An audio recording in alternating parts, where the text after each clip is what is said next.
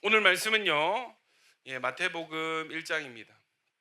1절부터 25절까지 저와 여러분이 한 절씩 교독하시겠습니다. 아브라함과 다윗의 자손 예수 그리스도의 계보라.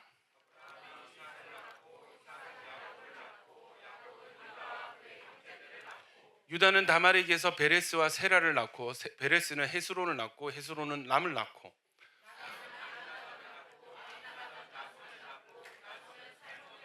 살몬은 라합에게서 보아스를 낳고 보아스는 룻에게서 오벳을 낳고 오벳은 이새를 낳고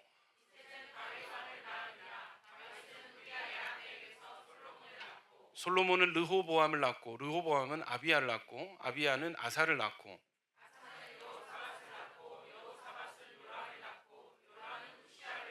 우시야는 요담을 낳고 요담은 아하스를 낳고 아하스는 히스기야를 낳고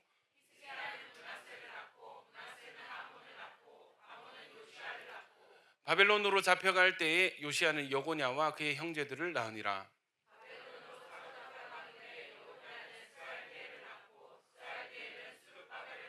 스룹바벨은 아비훗을 낳고 아비훗은 엘리야김을 낳고 엘리야김은 아소르를 낳고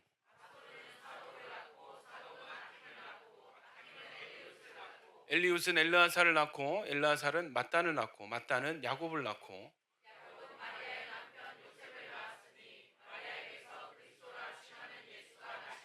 그런즉 모든 대수가 아브라함부터 다윗까지 14대요 다윗부터 바벨론으로 사로잡혀 갈 때까지 14대요 바벨론으로 사로잡혀 간 후부터 그리스도까지 14대더라.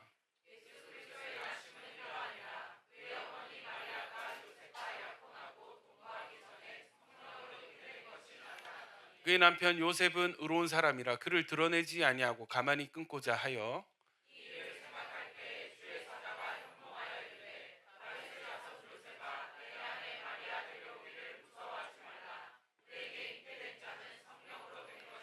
아들을 낳으리니 이름을 예수라 하라. 이는 그가 자기 백성을 그들의 죄에서 구원할 자이심이라 하니라.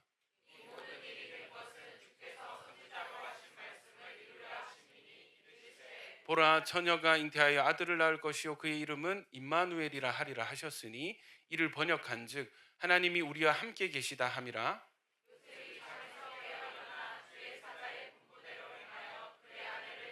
같이요.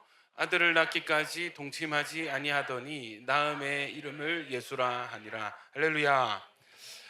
오늘부터 성탄 설교가 진행이 됩니다. 오늘 첫 번째 제목은 처녀가 잉태하여 아들을 낳으리니 하는 제목으로 하나님 말씀 나누도록 하겠습니다. 여러분, 우리가 이제 성탄의 어떤 배경을 이해할 때에 여러분, 하나님의 응답은 항상 어둠 가운데 빛이 비치는 줄로 믿습니다. 아멘이시죠? 여러분, 이 하나님 일하시는 방식들에 대해서 성경을 읽다 보면은 참 재밌는 부분이 많아요. 왜 분위기 좋을 때 주님 응답해 주시면 더 잘 될 것 같잖아요. 그죠? 우리가 상태 좋을 때, 뭔가 잘하고 있을 때, 뭔가 떳떳하고 뭔가 자신 있을 때 주님이 우리 가운데 말씀해 주시면 더 칭찬받을 것 같고 더 이제 인정받을 것 같지만, 하나님이 이스라엘에 나타나실 때는 항상, 항상은 아닙니다만은 거의 대부분 어둠 가운데 빛을 보내어 주시고 문제 상황 가운데 해답을 주시는 하나님이신 줄 믿습니다. 그래서 여러분이 하나님을 아는 사람은요, 인생의 어려움과 어떤 세상에 어두워지는 이 일들을 바라볼 때에 누구를 기대하게 돼 있어요? 하나님 아는 자는 이제 곧 주님께서 일하시겠구나. 이 어둠이 짙어지는 걸 보니 곧 있으면 해가 뜨겠구나. 하나님의 일하심을 기대하고 믿고 기다리는 저와 여러분들 되어지시기를 예수님 이름으로 축원합니다. 하나님을 믿는다는 것은요, 그냥 하나님의 존재를 인정하고 받아들이는 것이 아니라 그분이 실제 지금 우리의 삶에 우리와 동행하시고 앞으로도 영원히 우리와 함께 하시고 우리 인생 여정 가운데 여러분 그런 이미지 있잖아요. 이게 참 재밌는 게 사람마다 하나님에 대한 이미지가 다 다르거든요. 어떤 사람은 하나님의 사랑을 너무 쉽게 느끼고 또 하나님의 동행하심, 주님의 임재를 너무 가까이서 느끼는 사람들이 있는가 하면, 제가 알기로 거의 대부분의 사람들은 하나님을 인식할 때 멀리 계신 하나님, 나에게 별로 관심이 없으시고, 또 어떤 사람들은요 큰 문제에는 이렇게 개입을 하시지만 작은 일들에는 작은 일들은 그냥 네가 알아서 해라. 이게 방관하시는 하나님. 이 하나님에 대한 이미지가 제각각입니다. 우리 때가 되면은 제가 선포를 했죠. 금요일마다 이제 제자반 훈련식으로 할 텐데, 여러분이 육신의 이 모든 원인이 어디서부터 오는가? 하나님, 육신의 아버지로부터 기인한 이미지가 하나님 이미지에 영향을 미친다는 거예요. 그러니까 경상도의 거의 많은 어떤 케이스, 그러니까 사랑의 표현이 적고 또 충분한 애정 표현을 받지 못한 이 가정에서 자란, 엮이는 가정에서 자란, 제가 봤을 때 한국에서는 경상도 남자 여자들, 은요, 하나님 나를 사랑하신다, 이거 잘 못 느낍니다. 또 어떻게 느끼냐면, 큰 일은 한 번씩 이렇게 건드려 주시는데 작은 일들은 그닥 관심이 없어. 무관심해 보여. 또 집안의 어떤 분위기 따라서 굉장히 아버지가 유교적이고 엄하신 경우, 뭔가 이 징벌적인 이 아버지 밑에 잘못하면은 엄청 호되게 뭐라 하고, 잘한 거는 칭찬 안 해주는 그런 아버지들 있잖아요. 그러면 어떻게 되냐면 율법주의 성향이 강해지기 때문에 예배 빠지고 이러면 그 막 벽돌 날라와서 그 뚝배기 깰 것 같고 막 그런 두려움이 생겨. 이렇게, 야, 나 이번 주에 교회 안 갔는데 무슨 일이 생기는 거 아니야? 살다가 무슨 안 좋은 일이 생기잖아. 그래, 그거 봐, 교회 갔었어야 했는데, 기도했었어야 했는데, 곧장 이렇게 생각하는. 이 아버지의 이미지에 따라서 이 하나님을 접근하는 방식이 다 다르더라고요. 여러분, 이거 알아야 될까요? 몰라도 될까요? 저는 알면 좋다고 생각합니다. 본인 안에서 어떤 작용들이 일어나는지 자기를 객관적으로 보는 눈이 있다 없다? 대부분 없습니다. 그런데 배워보면 저건 안 해? 그러고 보니 우리 가정도 그렇네. 이게 연결이 되면서 나를 이해하는 폭이 넓어지게 되더라고요. 그래서 여러분, 저와 함께 하실 텐데 앞으로도 이제 말씀 여정, 신앙의 여정 가운데 저의 지도를 아마 받을 확률이 크죠. 4가지를 알아야 됩니다. 첫 번째는 삼위 하나님에 대해서 알아야 돼요. 누구에 대해서? 하나님이 어떤 분이신지, 예수님이 어떤 분이신지, 성령님이 어떤 분이신지, 그분들이 이 삼위 하나님이 나를 위해서 무슨 일을 해 오셨는가, 그리고 지금 무슨 일 하고 계시고 앞으로 무슨 일을 하실 건지를 아는 것은 너무 중요합니다. 두 번째는 나에 대해서 알아야 돼요. 누구에 대해서 알아야 된다고요? 나에 대해서.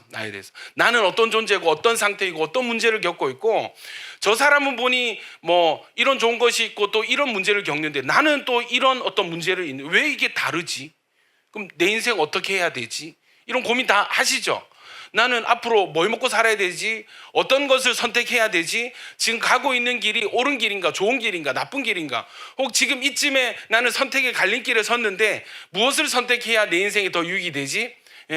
나는 왜 태어났지? 무엇을 위해서 살아야 되지? 여러분, 나에 대해서 알아야 됩니다. 세 번째는 뭐냐면 세상에 대해서 알아야 됩니다. 뭐에 대해서요? 세상, 내가 살아가고 있는 이 무대, 이 환경, 나를 둘러싼, 여러분, 미국인은 어느 나라 걱정하겠어요? 미국 걱정하면서 삽니다. 남한에 사는 우리들은요, 대한민국 걱정하면서 삽니다. 이해되시죠? 환경이 다른 거예요. 그러니까 나를 둘러싸고 있는 이 세상, 이 환경이 전 지구적으로 어떤 흐름이 펼쳐지고 있는지, 또 우리나라에서, 우리 공동체에서, 우리 세대에서 어떤 이 관점들, 가치관들이 지금 유통이 되고 있고 사람들이 어떻게 반응하고 있는지 세상에 대해서 알아야 됩니다. 마지막 4번째는 원수에 대해서 알아야 됩니다. 우리 대적 마귀, 누구요? 원수 마귀에 대해서 알아야 됩니다. 여러분, 우리가 사는 이 세상은요, 하나님하고 나하고 또 믿는 사람, 믿지 않는 사람들만 이렇게 오손도손 재밌게 사는 세상이 아니라요, 이 세상은 빛과 어둠의 영적 전쟁 사이에 우리가 있습니다. 이 땅은요, 공중 권세 잡은 자, 마귀가 이 땅의 공중 권세를 잡았고, 또 마귀는 대적하는 자고 거짓말하는 자고, 할 수만 있다면 택하신 자들도 미혹해서 미혹하려고 우는 사자처럼 여러분 먹잇감을 찾아 돌아다니는 원수 마귀가 있습니다. 여러분, 전쟁이 어떻게 생겨나는지 아세요? 아이고, 나는 평화주의자입니다. 나는 전쟁 싫어해요. 전쟁하면 힘들잖아요. 나는 전쟁 안 할래요. 두 손 두 발 놓으면 여러분 전쟁이 일어나지 않습니까? 아니요. 한쪽에서 눈에 불을 켜고 목숨 걸고 달려들면요, 내가 싸우든 싸우지 않던 전쟁은 시작이 되는 것입니다. 이해되시죠? 여러분, 저는 그 대한민국 정치인들 잘못하고 있다 생각하는 게, 여러분, 그 예전에 임진왜란 때도 마찬가지예요. 뭐 100만 양병설 주장했다가 맞죠? 10만입니까? 100만, 예, 10만이다, 그죠? 예. 여러분, 나라가 강해지는 거는 좋은 일이에요, 나쁜 일이에요?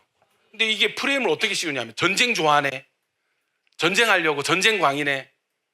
여러분, 여기에 사람들이 속아 넘어갑니다. 여러분, 전쟁 억지력은 힘에서 나옵니다.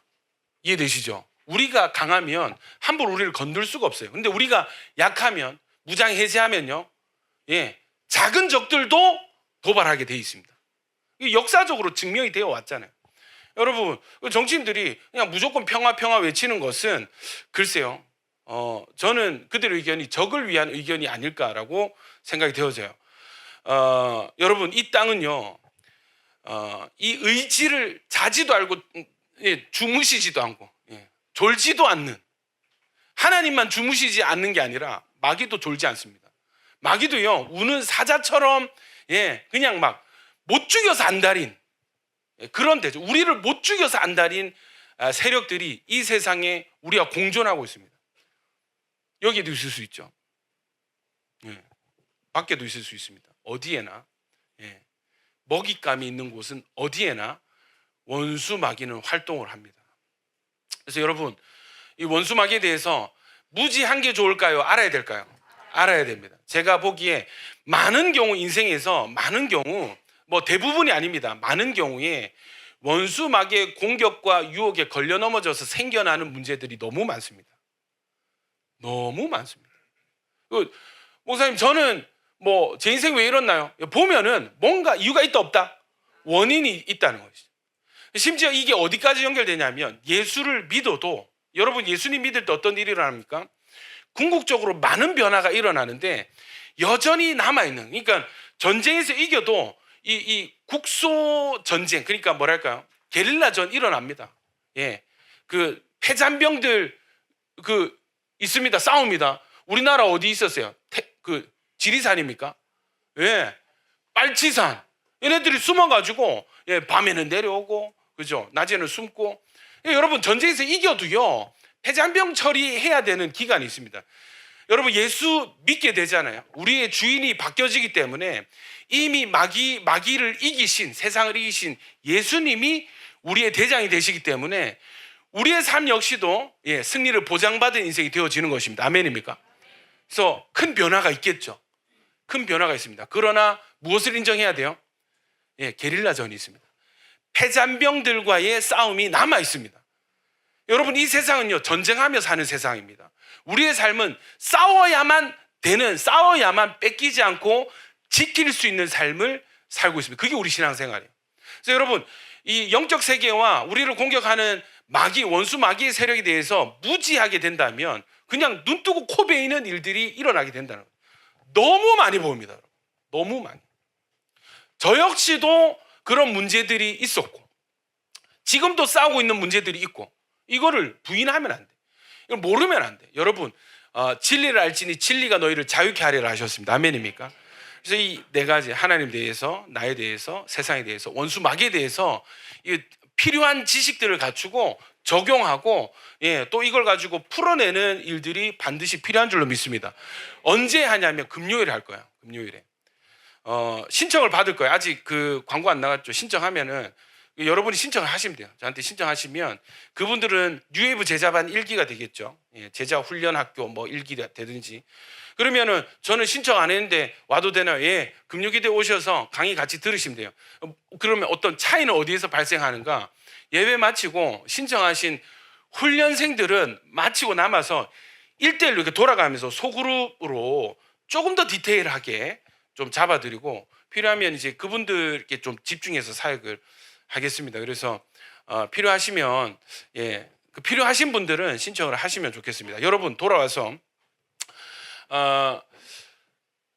여러분, 예수님을 믿는다는 것, 하나님을 믿는다는 것은요, 그냥 단순한 문제가 아니에요. 하나님의 존재만 인식하는 것이 아니라 그분이 무엇을 행하셨나, 그분의 마음이 무엇인가, 그분의 계획이 무엇인가를 알고 그분과 동행하는 것입니다. 아멘이죠.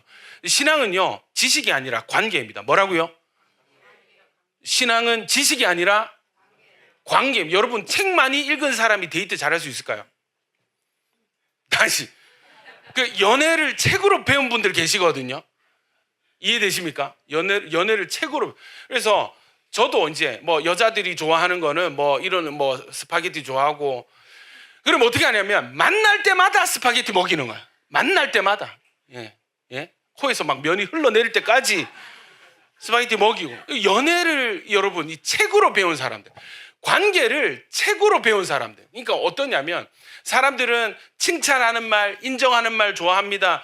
요 이제 구절을 책에서 읽은 거예요. 그러니까 만나는 사람마다 계속 칭찬만 해. 계속 강박적으로 칭찬만. 듣는 사람은 어떻게 해요? 뭐 물건 팔러 왔나?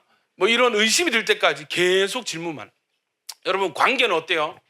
관계는 살아 있습니다. 유동적입니다. 관계는요 주고받는 것입니다. 이 사람이 어떤 행동을 하고 이 사람이 어떤 말을 했을 때, 어떤 메시지를 나에게 보냈을 때 그 메시지를 받은 나의 반응을 또 보내주는 거예요. 여러분 메시지에는 두 가지 메시지가 있어요. 언어적 메시지와 비언어적 메시지가 있습니다. 언어적 메시지는 말이죠, 글이죠. 비언어적 메시지는 뭐예요? 표정, 숨소리. 이해되십니까? 그 집에서 부모님이 어릴 때부터 많이 싸운 집에서 자란, 학대당하면서 자란 사람들은 이 사람 숨소리만 들어도 이 기분을 알아맞힐 수 있습니다. 고도로 발달되는. 이해되십니까? 여러분 숨소리, 표정, 뭐 그죠? 또 눈빛, 시선, 뭐 동작 하나하나 다 뭐를 담고 있어요? 메시지 담고 있어요. 여러분 참 재밌는 게 있어요. 우리 형제들에게 꿀팁을 드릴게요. 그 요즘 제가 참 재밌게 보는 유튜브가 있는데 그 어떤 여성, 대구 쪽에 사시는 여성분인데 여자의 실상을 폭로한다. 뭐 이런 거예요. 여자들 남자 엄청 좋아해. 막 이러면서 막 실상 안 보는 것 같이 다 봐. 막 다 본대. 여자들이 남자 다 본대. 볼 거 다 보고. 남자들 제발 뭐 이렇게 계속 그 일십 있잖아요. 일십. 그러니까 여자 이분이 그래. 여자라는 존재는 폰 없이 살 수 없는 존재이기 때문에 만약에 일이 안 없어진다. 그럼 때려치워라. 그만해라. 계속 하지 마라. 이해되십니까? 그런 얘기 하더라고. 여러분 이거는 관계죠. 그래서 관계를 잘하는 사람들이 제가 봤을 때 신앙생활도 잘할 확률이 높습니다. 아멘입니까? 책으로 배운 사람들 뭐예요? 모태 신앙들. 여러분 꼭 만남이 있기를 축원합니다. 하나님과 만나고 하나님과 교제하고. 아멘입니까? 그분이 어떻게 우리가 동행하시냐면 어떤 때는 정말 친한 친구처럼 옆에서 상세하게 다 이렇게 막 지도하시고 말씀하시는데 어떤 때는 거리 두세요. 어떤 때는 막 수다쟁이처럼 나한테 말씀하시다가 어떤 때는 과묵하게 침묵하십니다. 이해되십니까? 다 뭐예요? 언어적 메시지, 비언어적 메시지. 전부 다 하나님의 뭔가의 마음, 의도를 가지고 있다. 이 의도를 파악하는 것이 아멘이죠. 이 관계를 잘하는 비결이 되는, 신앙생활을 잘할 수 있는 비결이 되어지는 것입니다. 아멘이십니까? 저는 여러분 저희 사모가 삐지는 그 포인트를 알고 있어요. 대답을 안 해요. 대답을. 사람이 뭐 말을 해도 대답을 하지 않고 그 말을 할 때 사람 눈을 안 봅니다. 이렇게. 뭐가 기분이 상했구나. 이거를 이제 알 수 있죠.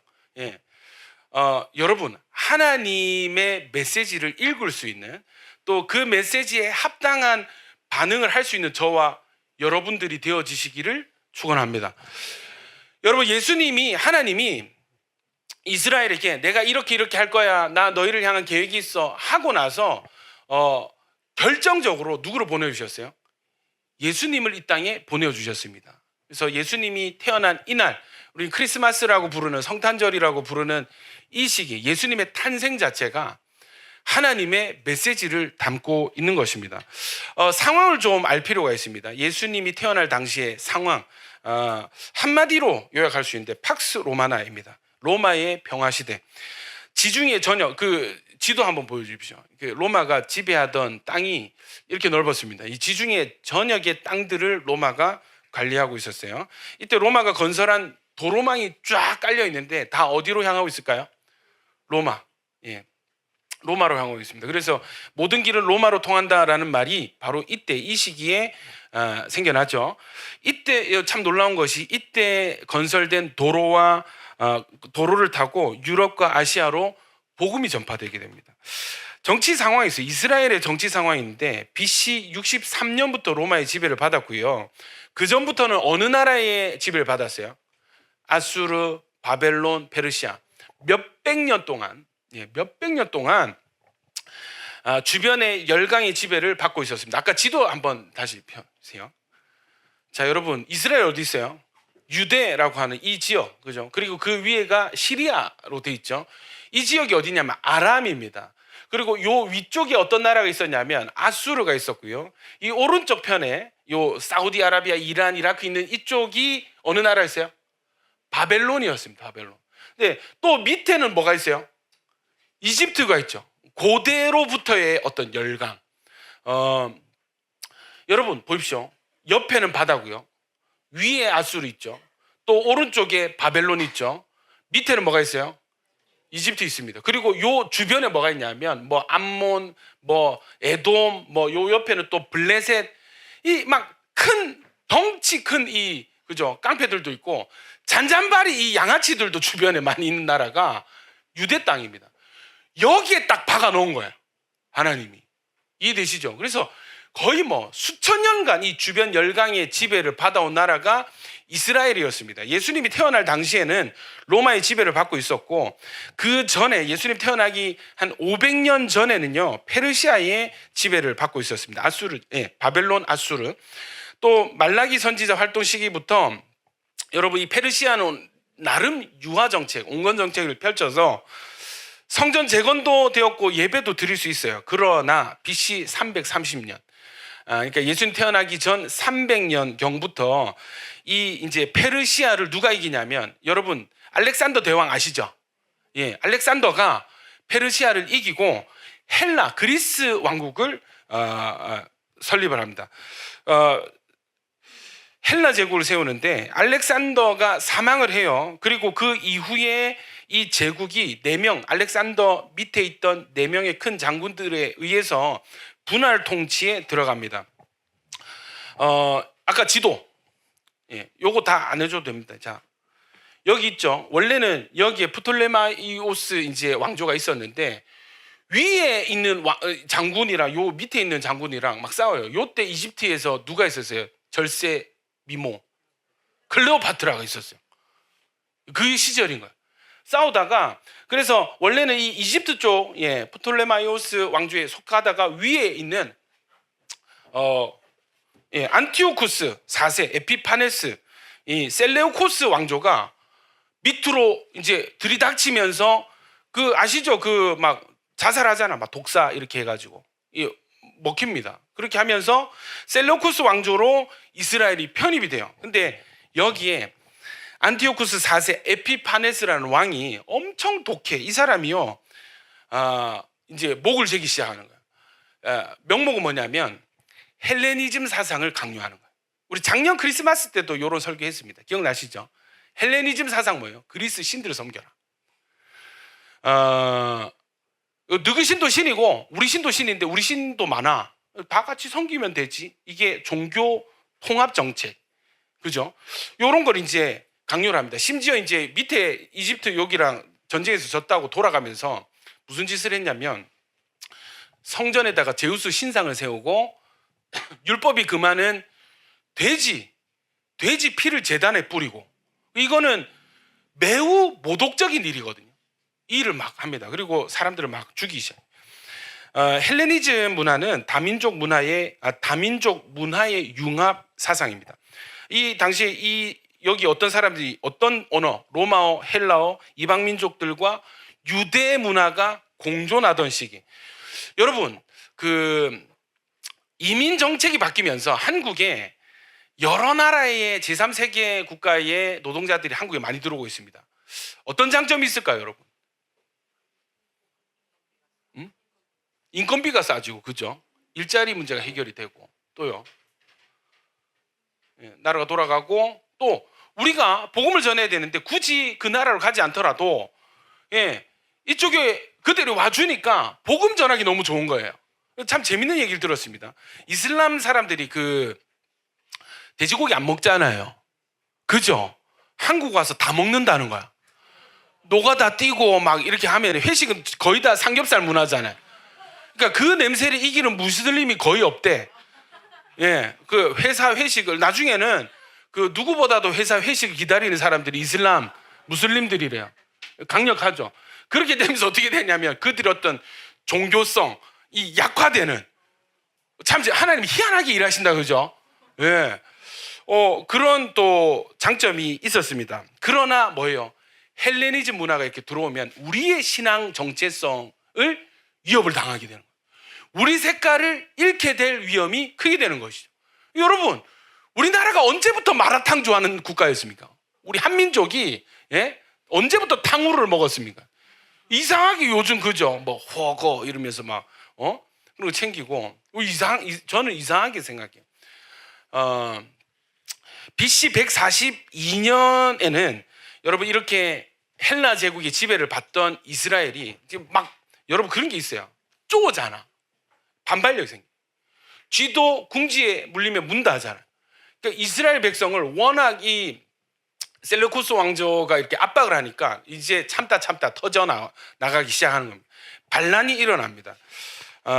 마카비 혁명이라고 아시죠? 안티오쿠스 4세의 폭정에 분노해서 제사장 마타디아스와 그의 아들들, 특히 유다 마카비라는 사람이 혁명을 일으켜요. 그래서 BC 142년경에 혁명이 성공을 합니다. 그런데 이게 그들이 강해서 성공한 게 아니고 주변 국가들하고 이렇게 왕권 다툼하다가 좀 약해진 틈을 타서 이 지역을 점령한 거였어요.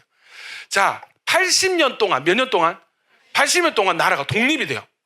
그래서 독립을 해서 성전이 더럽혀졌잖아요. 그러니까 이 더러워진 성전에서 제사가 된다, 안 된다? 안 된다. 다시 성전을 깨끗하게 하는 그 절기를 가집니다. 수전절이라고 하는. 이때가 언제냐면 하누카라는 빛의 절기. 언제일까요? 지금입니다. 실제로 지금. 크리스마스와 그죠? 이스라엘 현지의 그 하누카 절기가 시기가 비슷해요. 일치해요. 성전을 정화한 날과. 그래서 참 재밌는 게 조금 겹치는 부분이 있는 게 이스라엘의 이 시기에 지금 우리가 이스라엘 가잖아요. 집집마다 밤에 뭐 등불과 촛불을 이렇게 막 기래. 약간 트리 하듯이. 이게 빛의 절기. 어두움을 물리치고 빛이 승리하는 것을 의미하는 빛의 절기. 그래서 여러분 이 시기에 우리는 크리스마스를 보내게 되는 것입니다. 80년 동안 하스몬 왕조라는 짧은 독립국가가 시작이 됩니다. 그러나 이것도 80년 후에 BC 63년경 예수님 태어나기 60년 전에 로마의 폼페이우스 장군이 예루살렘을 점령하면서 다시 이스라엘은 로마 제국의 속국이 돼요. 이때 그 로마의 정치 그 방법이 뭐였냐면 분봉왕을 세우는 거야. 분봉왕, 지역 통치자. 누구를 세웠을까요? 이때 등장한 사람이 여러분 많이 들어보셨죠? 헤롯 대왕이 이때 이 지역, 그죠? 유대 지방의 왕으로 세워집니다. 그래서 헤롯 대왕이라고 부르는 왕이 세워지는데 이 사람 특징이 뭐냐면 여러분 우리나라 대통령으로 일본 사람 뽑히면 여러분 기분 좋을까요, 나쁠까요? 중국 사람 뽑히면 기분 나쁘죠? 근데 이 사람 유대인이 아니에요. 주변 국가 에돔 사람입니다. 에돔은 옛날부터 이스라엘이랑 치고받고 싸우고 막 약간 같은 핏줄인데 하여튼 여러분 원수가 집안에 있다고 못 잡아먹어서 안달이야 서로. 이해되죠? 그 에돔의 왕이 에돔 사람이 이스라엘의 왕이 됐어요. 분위기 어땠을까? 안 좋았겠죠. 살벌한. 예. 이 헤롯 대왕은요 특징이 로마에 대한 충성으로 권력을 유지하는 사람이었습니다. 건축 사업에 열심히 했어요. 너희는 나를 누구를 하느냐? 이 대화가 있었던 지역이 어디예요? 가이사랴 빌립보죠. 이 가이사랴 빌립보 도시를 세운 사람이 헤롯입니다. 헤롯. 여러분 이 사람이요 예루살렘 성전도 리모델링 해줘요. 그래서 아마 그 미관상 가장 화려했던 성전이 요 시기에 세워진 성전이에요. 이해되시죠? 그 예수님 앞에서도 제자를 아름답지 않습니까? 했을 때 예수님 뭘 했어요? 돌 위에 돌 하나 남지 않고 다 무너지리라. 성전을 보시면 예수님 우셨죠? 누가 세운 성전이에요? 헤롯 대왕이 세운 성전이었습니다. 근데 여러분 사복음서를 읽다 보면은 헤롯이 여러 명 등장합니다. 여러 명. 2명에서 3명 정도 등장하는데 저 사실 이런 거 하는 거 되게 싫어요. 역사 이런 거 얘기하는 거. 예, 역사는 이상규 교수님이 오셔가지고 그 짧게만 해보겠습니다. 그 가게도 예. 헤롯 대왕이고요. 그죠? 그 헤롯 대왕 때에 어떤 일이 일어났어요? 예수님 태어난 겁니다. 그 동방 박사들이 누구를 만났어요? 헤롯 대왕 만났습니다. 그 베들레헴에 2살 이하 남자애기들 다 죽인 대왕 누구예요? 헤롯 대왕. 그죠? 그 밑에 헤롯 빌립이 있죠. 분봉왕이죠. 그 다음에 헤롯 빌립 2세가 있고 1세가 있는데 이 사람이 헤로디아 남편이고요. 이 헤롯 대왕이 진짜 이 폭정, 약간 그 뭐 권력욕, 폭정. 그래서 어떻게 하냐면 여기 보면은 안티파테르 4년 BC 4년 처형되죠. 아리스토블로스 BC 7년 처형되죠. 알렉산더 BC 7년 처형되죠. 누가 죽인지 아십니까? 헤롯 대왕이 죽입니다. 자기 부인들과 아들들을 죽입니다. 자기 왕권 유지를 위해서. 무시무시한 사람입니다. 자, 헤롯 대왕 사후에는 이 아들들이 나누어서 분할 통치합니다. 헤롯 안티파스 보이십니까? 헤롯 안디바라고 이렇게. 근데 이 사람은 누구냐면 세례 요한 죽인 왕이고요. 예수님을 십자가에서 달아 죽일 때 허락한 왕이 헤롯 안디바입니다. 안디바. 헤롯 아그리빠 있습니다. 옆에 그죠? 보이시죠? 자, 이 사람 뭐 했냐면 사도행전 보시면은 이 헤롯이 교회를 핍박할 때 요한의 형제 야고보를 죽인 왕이 나오는데 그게 헤롯 아그리빠입니다. 똑같이 성경에는 그냥 헤롯 왕이, 헤롯이 뭐 이렇게 표현을 해서 헤롯이 왜 이렇게 오래 살아 이렇게 생각할 수 있는데 아들들인 거예요. 헤롯 아그리빠 2세 있습니다. 저 밑에 제일 밑에 보이시죠? 예, 분봉왕 갈릴리. 이 사람 뭐냐면 바울에게 복음을 들었어요. 이 사람 재밌는 게 누나거든요. 누나가 결혼했다가 뭐 이렇게 소방 맞고 뭐 남편 죽고 이래가지고 누구랑 사냐면 동생이랑 살아요. 이해되죠? 그래가지고 같이 바울이 이제 잡혔을 때 이 두 사람이 바울에게 같이 복음을 듣습니다. 재밌죠? 그러니까 바울에 대한 사명이 왕들 앞에서 복음을 전할 나의 그릇이다 했는데 그 왕이 누구였어요? 예, 헤롯 아그리빠 2세였던 이 말씀이 이루어지는 거예요. 어쨌든 넘어가서 대충 정리가 되시죠? 아, 헤롯이 여러 명이었구나. 이집트는 누가 있어요 또? 바로왕. 바로왕이 계속 나오거든요. 이해되시죠? 비슷한 개념이라 보시면 됩니다. 자, 예수님이 태어날 당시에 이스라엘의 경제 상황은 세금과 빈곤입니다. 로마 제국은 무거운 세금을 부과했어요. 지금 여러분 세금 올라가고 있는 거 아시죠? 예, 뭐 무슨 세 해가지고 막 여러분 나만 아는 게 없을 것 같아. 엄청난 경제적인 고통이 이스라엘 백성들에게 가해졌습니다. 이때 여러분 독특한 이 직업이 생겨나요. 누구냐면 세금 징수원. 두 글자로 뭐예요? 세리. 세리 누구 있어요? 세리 마태 있고 예수님 제자 중에도 세금 징수원이 있었고 또 사교 유명한 사교. 여러분 로마는요 세금을 엄청나게 걷어들였습니다. 거기 플러스 세금 징수원에게 권한을 줘가지고 심지어 누구를 붙이냐면 로마 군인들도 붙여줘요. 그러니까 사케오가 키가 작잖아요. 근데 어떻게 자기 동족들의 삥을 뜯을 수 있었는가? 군인들이 그 주변에 항상 있었습니다. 이해되시죠? 힘이 있는 거예요. 예, 이 제국의 권세를 힘있고 동포들의 혈세를 강탈하는 거죠. 여러분 실제로 이스라엘 당시에는 돈을 벌 수 있는 일 자체가 많이 없었다고 합니다. 그래서 어느 정도로 힘들었냐면 옷을 벗고 다니는 사람들 많대. 그냥 몸을 걸칠 수 있는 옷이 없는 사람들이 대부분이었고 하루 한 끼 먹으면 많이 먹는 거다. 그러니까 음식이 없었고 그러니까 여러분 이렇게 어려운 시대에 누가 많이 죽어나가겠어요? 고아와 과부들입니다. 왜 고아와 과부들이 죽어나갑니까? 예, 과부들은 일을 할 수 없거든요. 또 성인 미만의 이 고아들은 사람으로 안 치기 때문에 일을 할 수가 없어요. 누가 도와주지 않으면 굶어 죽는 사람들이 고아와 과부들이었습니다.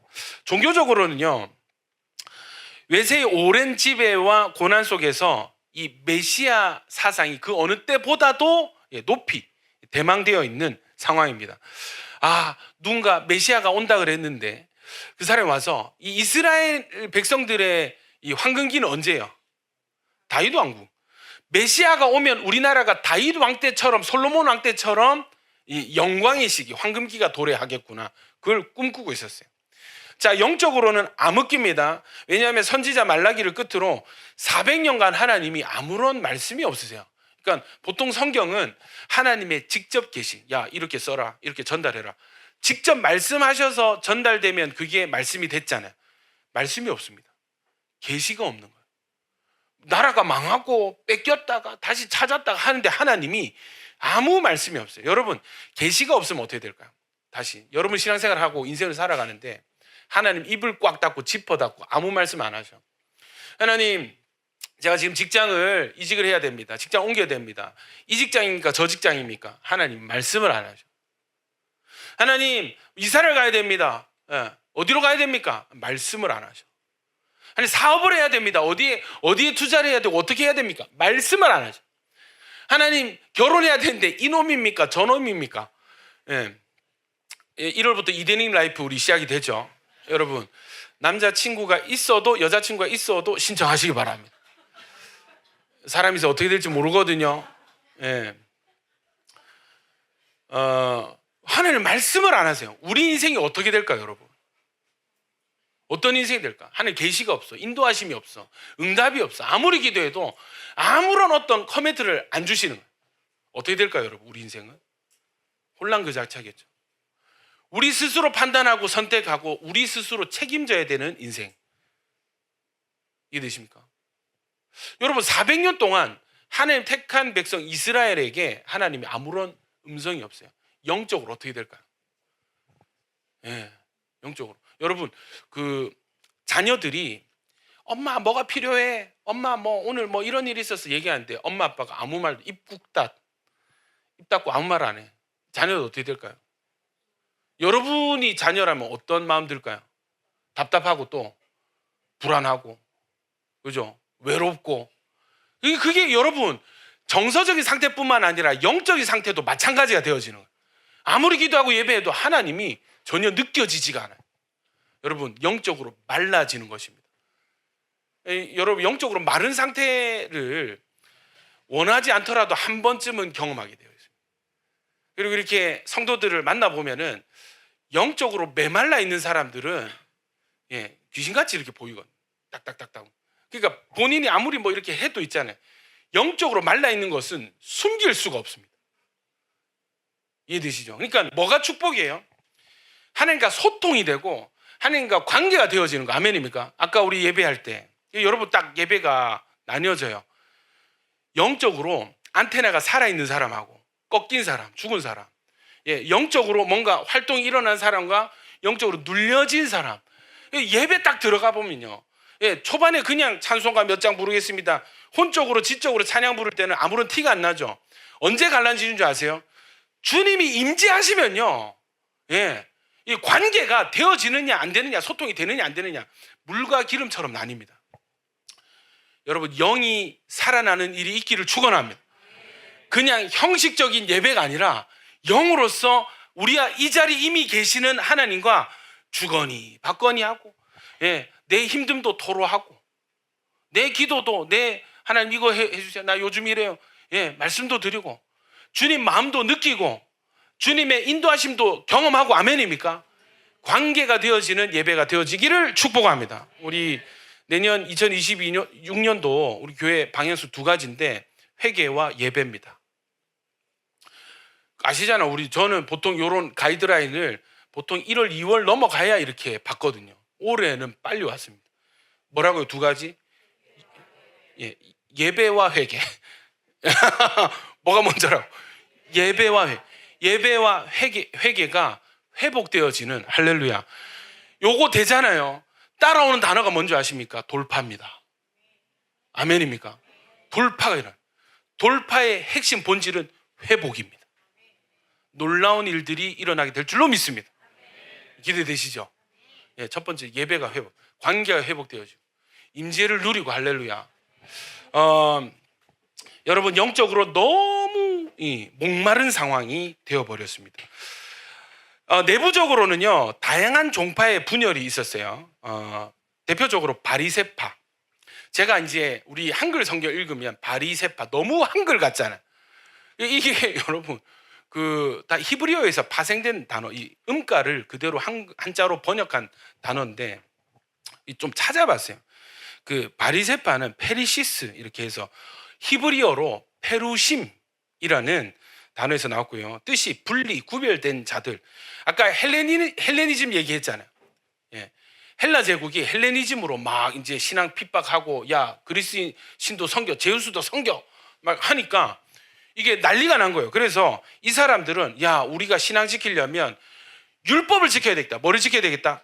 율법이다. 율법 가르치고 율법 지켜야 된다 해서 이 서민들 중에서 율법 말씀 교육하고 율법 지키도록 강요했던, 그러니까 어떤 거였냐면 오늘 성경 읽었어요? 어제 읽었어요? 이번 주 읽었어요? 이거 체크하는 사람들. 이해되십니까? 굉장히 그게 이제 우리가 살 길이다, 우리 민족이 살 길이다 라고 판단했던 사람들입니다. 이 사람 특징이 뭐냐면 매우 서민적이고 대중적인 지지를 많이 받았어요. 이 사람들의 신학은 모세 오경뿐만 아니라 구전 율법, 이제 성경 읽다 보면 장로들의 전통, 장로들의 유전 이런 얘기 나오죠. 그게 뭐냐면 기록된 모세 오경 외에 구전 율법이라는 게 있어요. 이런 상황이 이렇게 하고 저런 상황이 이렇게 해야 된다. 그런 것들까지도 다 인정하는 거예요. 그 권위를. 그러니까 지킬 게 많아요, 적어요? 많아지겠죠. 모세 오경만 해도 박이 터지는데 구전 장로의 전통까지 하니까 와, 이 사람들이 빡셉니다. 예. 자, 여러분, 이 사람들은요 성전 제사뿐만 아니라 율법을 연구하고 가르치는 회당 활동도 중시했어요. 말씀 교육 기가 막히게 했습니다. 로마의 지배를 공개적으로 반대하지는 않았지만 이 사람들 관심은 오로지 율법 준수, 오로지 신앙 정체성 확립에 있었어요. 그러니까 뭐 로마가 하든지 뭐 하든지 뭐 얘들 싫겠지, 싫지만 거기에 대해서 너무 관여하지 않았어요. 그런 게 중요한 게 아니라 뭐가 중요하다? 율법이 중요하다 한 사람들이 페루심, 바리새파입니다. 사두개파가 있어요.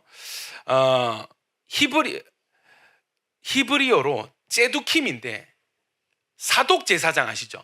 사독을 한글 성경 사독인데 제닥입니다. 제닥. 그러니까 우리는 대제사장 사독의 후예들이다. 이 사람들은 대부분 어떠냐면 대제사장 가문의 귀족계층입니다. 어디를 점령하고 있냐면 성전 제사를 꽉 잡고 있어요. 성전을 꽉 잡고 있고 예수님 오셨을 때도 너희가 강도의 구려를 만드는도다 했던 사람들이 사두개인들입니다. 이 사람들은 재밌습니다. 신학이 삶을 결정하는데 어떤 신학을 가지고 있냐면 뭐 장로의 전통 뭐 그게 신뢰할 만하냐? 모세 오경 빼고는 다 볼 필요 없어. 모세 오경만 절대적 권위로 인정하고 이 사람들의 영적인 거를 전혀 인정하지 않았습니다.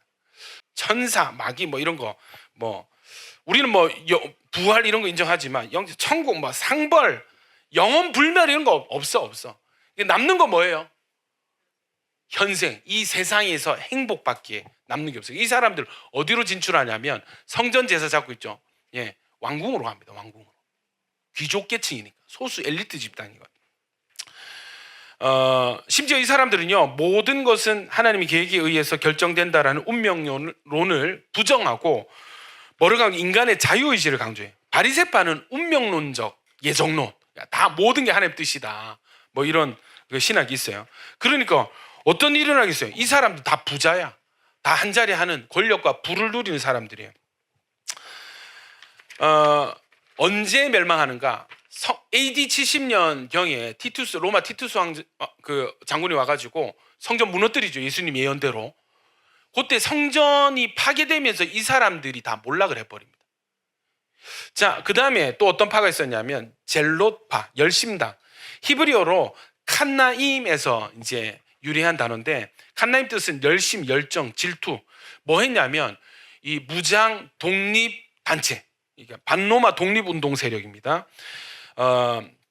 BC 6년경에 그 세금 징수했다 했잖아요. 로마가 세금 징수라니까 이 사람들이 어떻게 여기냐면 이 사람들 대부분 또 갈릴리 출신 유다와 바리새파의 아까 대제사장 사도, 그러니까 열심당원 중에 누가 많았을까요? 바리새파 사람들이 많았습니다. 이거 로마에 세금을 내는 것은 이거는 우리 신앙 포기하는 거야. 이거는 이거는 신앙의 순결을 잃는 거야. 그래서 누가 예수님한테 그거 물었잖아요. 예. 세금 내는 게 맞습니까? 했잖아요. 가이사의 것은 가이사에게 예수님 대답하시잖아요. 그 질문했던 사람들이 다 요런 계열의 사람들. 세금 내는 순간 우리 로마에 복종하는 것이고 하나님 대해서 반역하는 것이다 라고 생각을 했어요. 이 사람 좀 과격해요. 수단이 방법이 뭐냐면 테러 암살입니다. 시카라는 단검을 품에 항상 품고 다녀요. 시카, 단검. 이걸 뭐 할까요? 요인 암살을, 이 매국노 처단하라. 이해되시죠? 그런 사람들이 열심당원이었습니다. 예수님 제자 중에 있었어요. 누굴까요? 가난한 사람? 시몬. 예, 맞죠? 예, 열심당원이었습니다. 그러니까 여러분 자 보십시오. 예수님 제자 중에 세금 징수원, 로마 앞잡이, 세리 마태도 있었고, 열심당원 시몬도 예수님 제자였어요. 둘이 사이 좋았을까요? 나빴을까요? 엄청 나빴을 겁니다. 예수님 제자 공동체도 뭐 개판이었을 것이다. 또 베드로, 요한 맨날 서로 질투하고 그죠? 자리 다툼하고. 그러니까 여러분, 교회 문제 생기는 건 아무것도 아닙니다. 할렐루야. 얼마나 위안이 되는지. 앞으로 여러분 많은 문제들이 일어나겠지만 결론은 뭐예요? 우리도 다를 바 없다. 그러나 이랬던 그들이 언제? 성령이 임하시니까. 할렐루야. 성령이 오시니까. 할렐루야. 하나가 되고 서로 사랑하게 되더라. SNF파가 있습니다. SNF파. 막 치고받고 싸우고, 누구는 막 운동하고, 누구는 암살하고, 누구는 타협해가지고 막 권력을 얻고, 막 이런 거 다 싫다. 나 이런 거 다 싫다. 나는 광야로 간다. 나는 속세를 등지고, 나는 하나님만 잘 섬기면 돼. 광야로 간다. 이 사람들이 SNF파입니다. 이 용어에 대해서 SNF파 히브리어를 찾아보니까 없어요. 왜 그런가 하니까 고대 기록들이 전부 다 그리스어로 돼 있고, 추정을 하는 게 뭐냐면 뭐 이런 겁니다. 아시아라는 단어에서 유래했을 것이다. 아시아, SN에서 아시아는 치유하는 자들, 봉사하는 자들. 또 어떤 사람은 오셰이라는 히브리어에서 파생했을 것이다. 오셰이는 뭐냐면 행하는 자들, 율법 준수하는 사람들. 그 느낌 아시겠죠? 치유하고 봉사하고 섬기고 행동하고 율법 준수하고, 느낌 아시겠죠? 이 거룩해가지고 뭐 같이 PC방도 못 갈 그런 인간들 있잖아요. 예, 노래방 가면 막 정죄하고 그런. 예. 이 사람들은요, 성직자, 마카비 시대에 마카비 혁명이 일어나서 잠시간 독립하잖아요. 잘 될 줄 알았거든. 신앙이 더 좋아질 줄 알았거든. 근데 더 타락하는 거야. 저그들끼리 해먹고 성직자 계층이 타락하기 시작하니까 환멸을 느끼고 광야로 갑니다. 이 사람 특징은 메시아를 기다리면서 금욕주의 생활을 하고요. 가장 유명한 공동체가 아마 많이 들어보셨을 거예요. 사해 근처에 있는 쿰난 공동체. 여기서 뭐가 발견이 돼요? 사해 사본이 발견이 됩니다. 최근에도 발견된다라고 계속 발견되고 있거든요. 사본이. 이해되시죠? 그러니까 이 사람들 하는 게 뭐냐면 재밌습니다. 성경 필사합니다. 노동하고 기도합니다. 그 다음 이 사람들이 하는 게 뭐냐면 정기적인 목욕을 해요. 이 목욕이 뭐가 될까요? 침례, 세례가 되는 거죠. 그러니까 뭔가 내가 정결하기 위해서 매일 정기적으로 목욕을 하고, 또 누군가 죄를 지었을 때 그 사람을 씻어주는, 이게 세례가 되는 거예요. 이해되시죠? 여러분, 이 공동체에 누가 있었는 줄 아십니까? 세례 요한이 있었습니다. 세례 요한이 광야로 나가기 전에 어디에 있었는가? SNF파에 있었을 가능성이 매우 높다라고 보고 있습니다. 이 사람들의 사상은요, 종말론적이에요. 무엇을 기다렸냐면 메시아가 나타나서 이 악의 세력을 물리치고 새 시대를 열어줄 것을 대망을 했습니다. 특이한 게 두 명의 메시아를 기다렸대요. 한 명은 누구냐면 제사장 메시아, 종교적인 메시아가 있을 것이고, 또 한 명은 정치적인 왕으로서의 메시아가 올 것이다. 메시아 두 명이다라고 주장을 했어요. 그래서 여러분, 이 제자들이요, 계속 예수님 승천하시기 직전까지도 이스라엘의 뭐 해방이 언제입니까? 이스라엘이 회복이 언제입니까? 계속 이 나라의 독립에 대해서 물어봤잖아요. 이런 사상에서 기인한 거예요. 왜냐하면 예수님 제자 중에는 어디에서 넘어간 사람 많아요? 세례 요한의 제자였다가 넘어간 제자들이 있었거든요. 그러니까 여기서 교육받은 대로 메시아가 오시면 이 이스라엘을 정치적으로 해방시켜 주겠지, 정치적인 왕이 되겠지 라고 생각을 했던 거예요. 이 사상에 영향을 미친 파가 SNF파입니다. 이제 납득이 되시죠? 왜 그렇게 자리 싸움하고 왜 그렇게 독립에 관심을 가졌는지. 이게 신학에서 기인한 거예요, 이 사람들. 신학.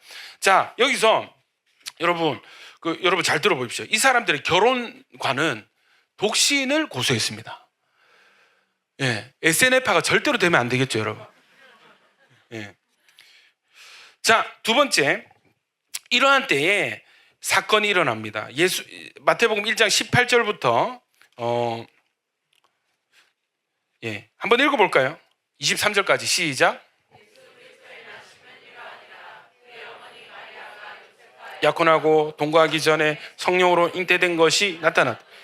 그의 남편 요셉은 의로운 사람이라 그를 드러내지 아니하고 가만히 끊고자 하여 이 일을 생각할 때에 주의 사자가 현몽하여 이르되 다윗의 자손 요셉아, 내 아내 마리아 데려오기를 무서워하지 말라. 그에게 잉태된 자는 성령으로 된 것이라. 아들을 낳으리니 이름을 예수라 하라.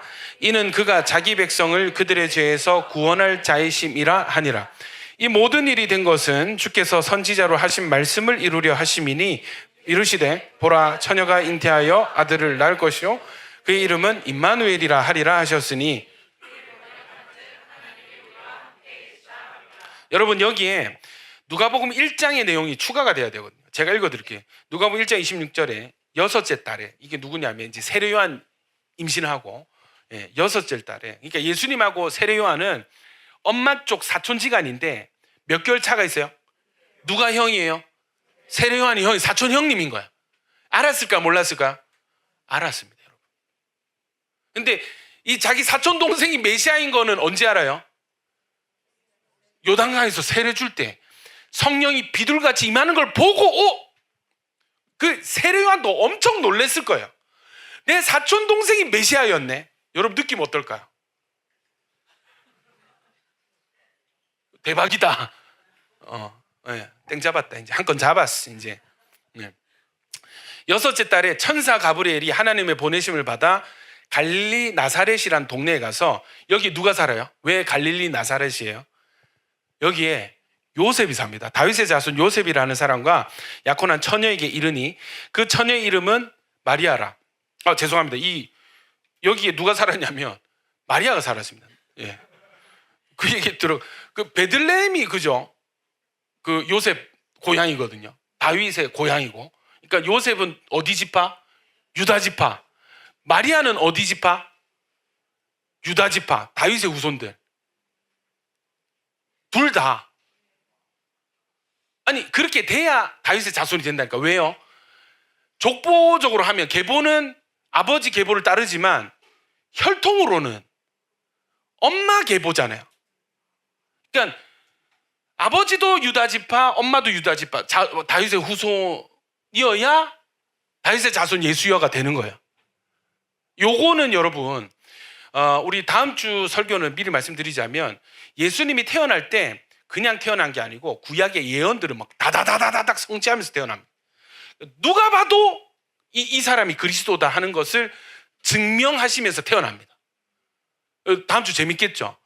사실은 오늘 설교 제목이 누가 그리스도인가 였다가 설교를 하다 보니까 요거는 좀 뒤에 해야 되겠다. 그래야 설교를 한 편 더 할 수 있겠다 이런 생각이 들어가지고 설교를 바꿨어요. 보라, 처녀가 있다. 배경을 오늘 좀 설명을 하고, 다윗의 자손 요셉이라는 사람과 약혼한 처녀에게 이르니, 지금 뭐 한 상태? 결혼했어요, 약혼했어요? 약혼, 이게 중요합니다. 잘 기억하십시오. 그 처녀의 이름은 뭐라고요? 마리아라. 그에게 들어가 이르되, 지금 천사가 마리아 만난 거예요. 은혜를 받은 자여 평안할지어다. 주께서 너와 함께 하시도다. 하나님이 함께 하시는 거 뭐예요? 임마누엘이죠. 자, 일단은 이제 들어만 놓으십시오. 처녀가 그 말을 듣고 놀라 이런 인사가 어찌함인가 생각하며 천사가 이르되, 마리아여 무서워하지 말라. 내가 하나님께 은혜를 입었느니라. 보라, 네가 잉태하여 아들을 낳으리니 그 이름을 뭐라고요? 예수라. 그가 큰 자가 되고 지극히 높으신 이의 아들이라 일컬어질 것이요 주 하나님께서 그 조상 다윗의 왕위를 그에게 주시리니 영원히 야곱의 집을 왕으로 다스리실 것이며. 예수님은 뭐로 태어나시는 거예요? 지금 왕으로, 야곱 집 이스라엘의 왕으로 태어나신다 하셨잖아요. 그 나라가 무궁하리라. 마리아가 천사에게 말하되 나는 남자를 알지 못하니. 이 알다가 기노스코, 이거 뭐예요? 성관계거든요. 남자를 알지 못, 난 아직 처녀란 말이에요. 어찌 이 일이 있으리까? 천사가 대답하여 이르되 성령이 내게 임하시고 지극히 높으신 이의 능력이 너를 덮으시리니 이러므로 나실 바 거룩한 이는 하나님의 아들이라 일컬어지리라. 보라, 내 친족 누구요? 엘리사벳 누구예요? 세례요한 엄마입니다. 예. 늙어서 아들을 배웠느니라. 본래 임신하지 못한다고 알려진 이가 이미 6달이 되었으니 대저 하나님의 모든 말씀은 능하지 못하심이 없느니라. 아멘.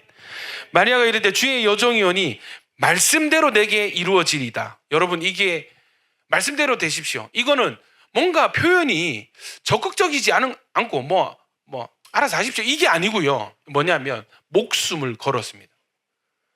말씀대로 되리이다. 이건 뭐냐면 내가 생명의 위협을 받더라도 그 일이 나에게 반드시 일어나야 되겠습니다. 아멘입니까?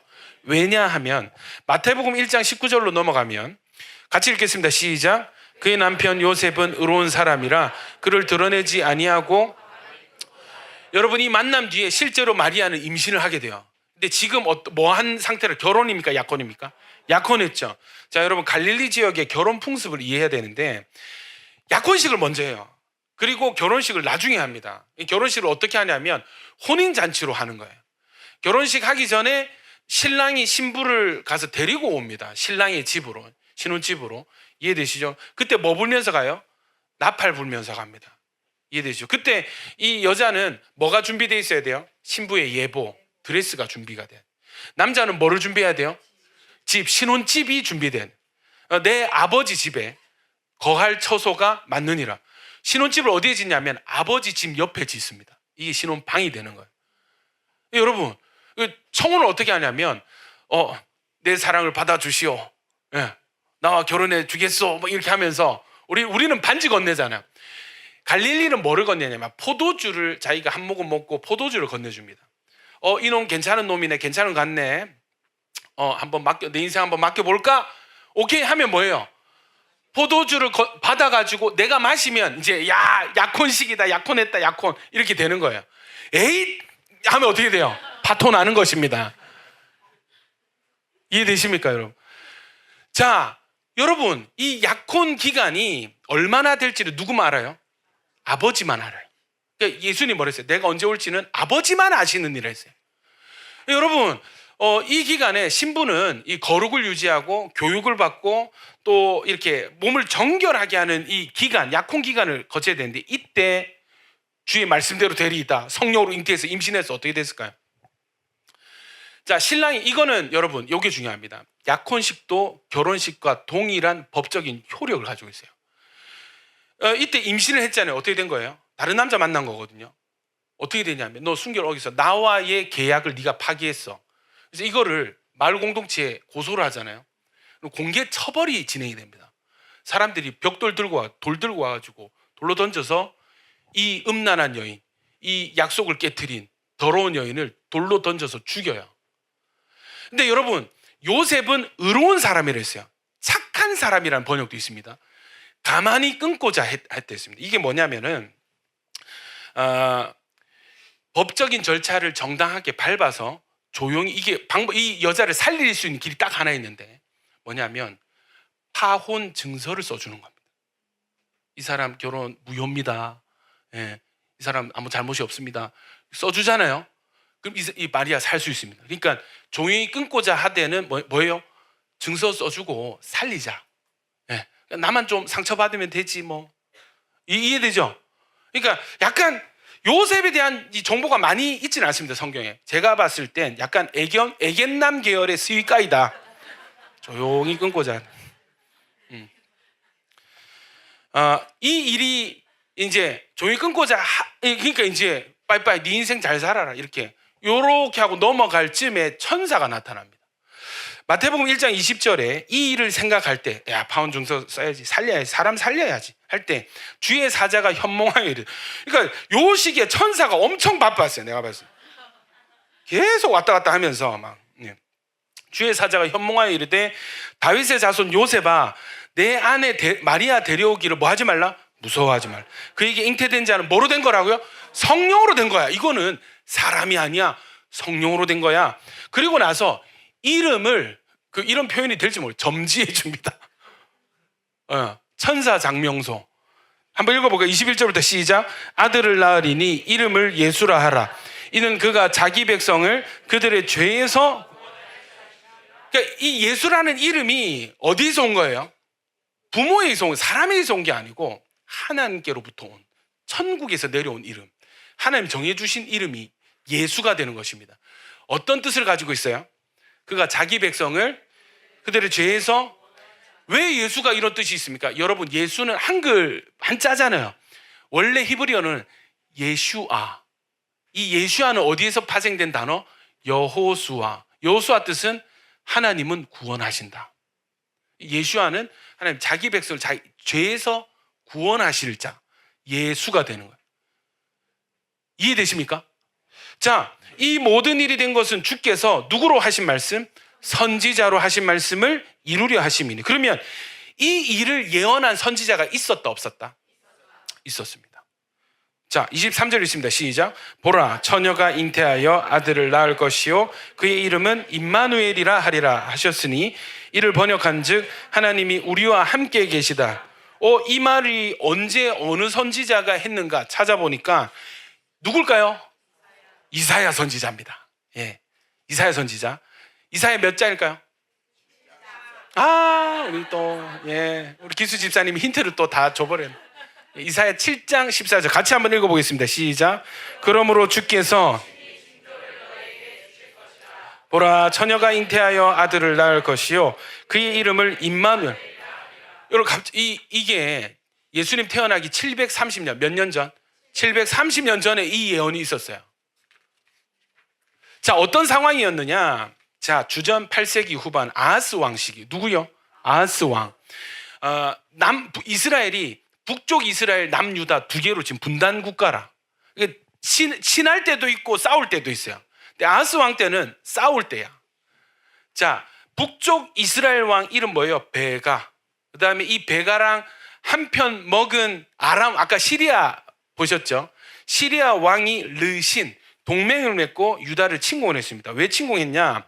이제 시리아 에브라임 전쟁이라고 부르는 전쟁이 발생을 하는데 당시에 급부상하던 나라가 아수르.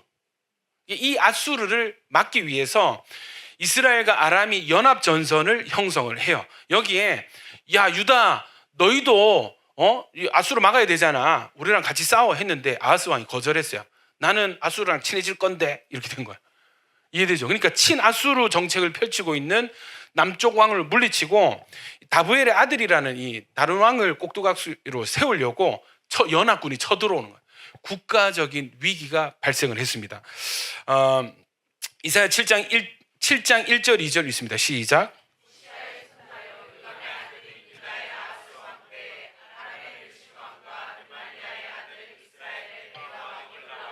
예루살렘을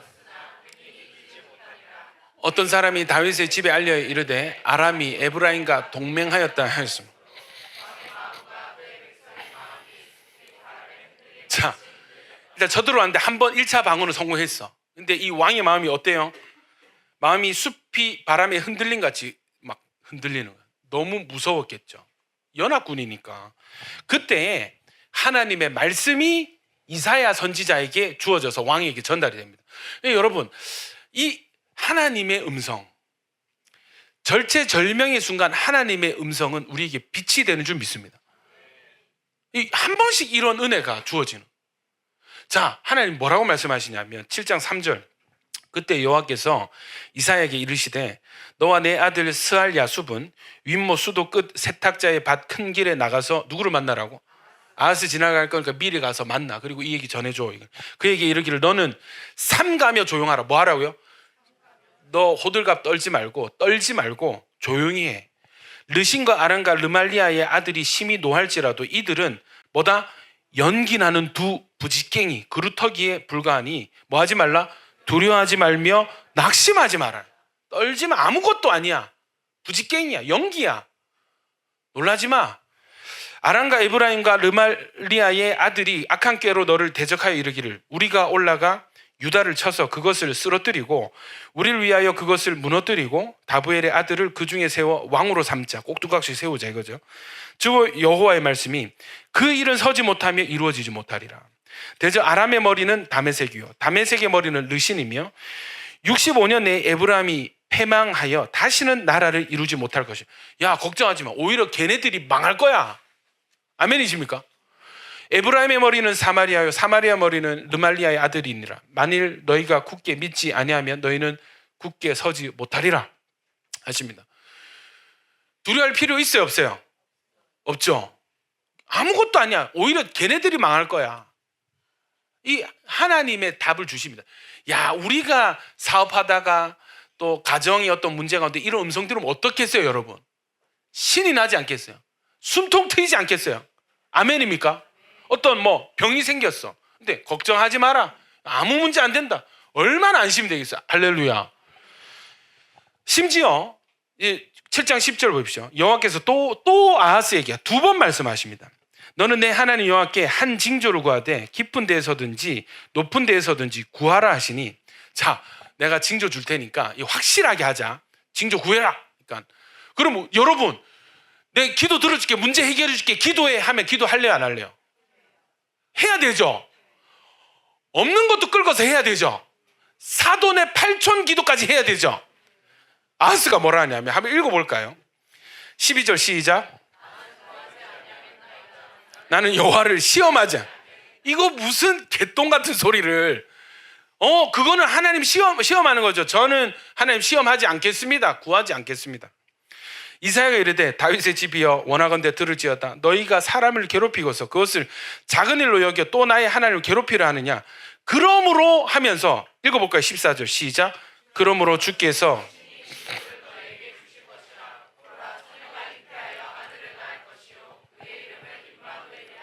여러분 이 구하라 하는데 이 막 겸손한 척하고 막 신앙 좋은 척하고 막 안 그러십니까? 잘 민 척하고 막 이러니까 답답해가지고 이사야가 선포를 합니다. 친히 징조를 너에게 주실 것인데 보라 처녀가 잉태하여 뭐를 한다? 아들을. 할렐루야. 우리 지금 뉴에브 키즈 5기생들 모조리 다 아들입니다. 호주댁 빼고 전부 다 아들. 예. 보라 처녀가 잉태하여 아들을 낳을 것이요. 아들을 낳을 것이요. 그의 이름을 임마누엘이라 하리라. 여러분 이 아하스가 굉장히 겸손해갖고 하나님 잘 섬기는 것 같잖아요. 근데 성경이 뭐라고 평가하냐면 아하스가 왕이 될 때 나이가 20세라 예루살렘에서 16년간 다스렸으나 그의 조상 다윗과 같지 아니하여 그의 하나님 여호와께서 보시기에 정직히 행하지 아니하고 이스라엘의 여러 왕 우상숭배 길이죠 행하며 또 여호와께서 이스라엘 자손 앞에서 쫓아내신 이방 사람의 가증한 일을 따라 자기 아들을 불가운데로 여러분 이 가나안 지방의 이 우상 중에 어떤 예배 방식이냐면 내가 진짜 원하는 소원이 있잖아요. 그 소원을 들어주십시오 하고 몰렉이라는 신에게 어떻게 제사를 하냐면 숯불을 벌겋게 피워놓고 거기에 살아있는 아들을 건너게 합니다. 심지어 불태워서 죽인 기록도 있습니다. 이거를 자기 아들한테 시킨 거야. 지독하다 그죠? 하나님 믿는 나라 왕이 또 산당들과 작은 산 위와 모든 푸른 나무 아래에서 산당 제사죠. 제사를 드리며 분향하였더라 했습니다. 신앙 좋았어요? 나빴어요? 형편없었어요. 우상 숭배했어요. 10장 7절에 아하스가 아수르 왕 디글랏 빌레셀에게 사자를 보내 이르되 나는 왕의 신복이요. 아까 아수르 치자 했잖아. 북쪽 이스라엘이랑 아람 왕이랑 아수르 치자 했잖아요. 요걸 어떻게 타개했냐면 아수르한테 붙어가지고 이간질 이거 야 아수르 왕이시여 지금 치러 갑니다. 오셔서 미리 이 원인을 제거하시고 좀 때려주세요. 요청을 해요. 청원대 올라와 그 손에서 나를 구원하소서 하고 그냥 빈말로 안 되잖아요. 돈을 좀 줘야 되잖아요. 아하스가 여호와의 성전과 어디에? 성전과 왕궁 곳간에 있는 은금을 내어다가 아수르 왕에게 예물로 보낸, 하나님의 창고를 열어서 그걸로 하나님께 기도하면 되는데, 그죠? 하나님의 재물을 끌고다가 인간적으로 처리합니다. 아수르 왕이 그 청을 듣고 곧 올라와서 다메섹을 쳐서 아수르 어디입니까? 다메섹. 다메섹을 쳐서 점령하여 그 백성을 사로잡아 기르로 옮기고 또 르신을 죽였더라. 일단 해결이 됩니다. 당장 급한 이 전쟁을 막습니다. 자, 여러분, 이 아하스 왕 때와 예수님 당시에 공통점이 있는데요. 먼저 두 시기 다 국가적인 위기의 상황입니다. 이스라엘은 로마의 압제, 그리고 아하스 왕은 북쪽 나라들의 침략, 내 힘으로 내 자력으로 해결할 수 없는 문제로 둘러싸여 있죠. 당연히 그 어느 때보다 구원자에 대한 갈망이 극대화되어 있는 공통점이 있습니다. 여러분, 단기적으로 아하스 왕은요, 아하스 왕과 이스라엘의 방식이 또 공통점이 있는데 자기 힘으로 국가적인 문제를 해결하려고 했어요. 이스라엘을 어떻게 해결했습니까? 어떤 사람들은 바리새파 가입해가지고 율법 운동하자, 말씀 교육하자, 율법 지키자 했고, 또 어떤 사람들은 그런 거 필요 없어, 타협해, 너나 잘 먹고 잘 살아. 어떻게 그럴 수 있어? 어떤 사람은 칼을 들고 다니면서 사람을 죽였어. 그것도 싫다 회피하는 사람들 광야로 나갔습니다. 인간적인 방법이 난무하던 때였어요. 아하스 왕 때는요, 아수르 왕 디글랏 빌레셀에게 성전에 금을 줘가지고 청탁을 해서 문제를 해결하였습니다. 여러분, 문제 해결되면 다 끝난 것 같잖아요. 그런데 여러분, 문제는 또 다른 문제를 낳습니다. 아하스 왕이 어떻게 되는가? 단기적으로는 이 눈앞에 있는 전쟁을 해결하지만 그 성전과 왕궁의 보물을 대가로 지불하죠. 그리고 매년 정기적으로 주기적인 막대한 세금을 납부해야 됐습니다. 이스라엘 백성 어땠을까? 남유다 백성들 너무 힘들었겠죠. 로마 세금 많이 걷어갔다 했잖아요. 비슷해요.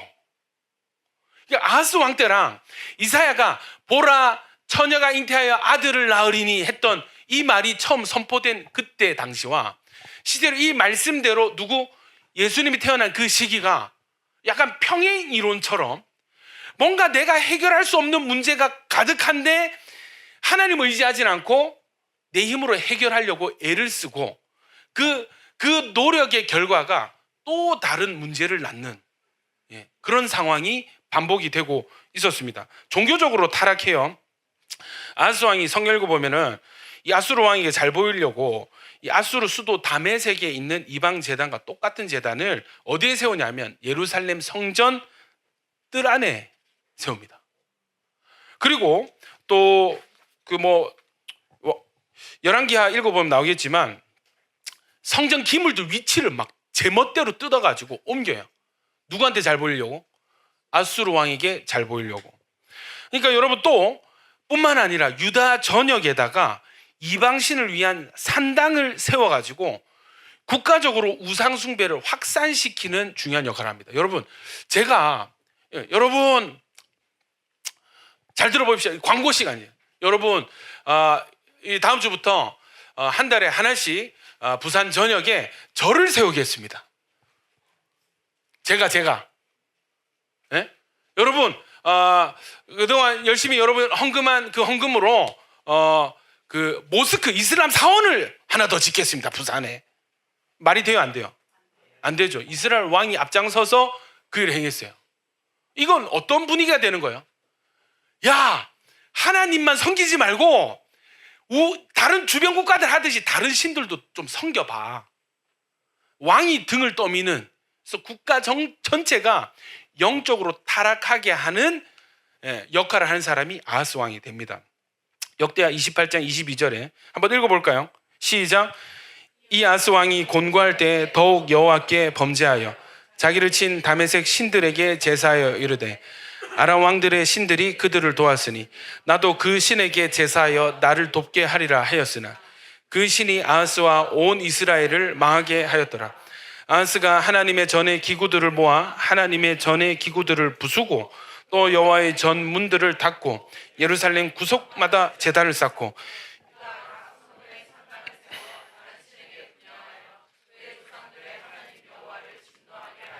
여러분 저를 보십시오. 여러분 살다 보면은 반드시 어떤 이런 우리 힘으로 해결할 수 없는 문제를 반드시 한 번 이상은 맞닥뜨리게 되어 있습니다. 그때 여러분 하나님을 경외하고 하나님을 전적으로 의지할 수 있는 진짜 믿음이 연습되어지시길 축원합니다.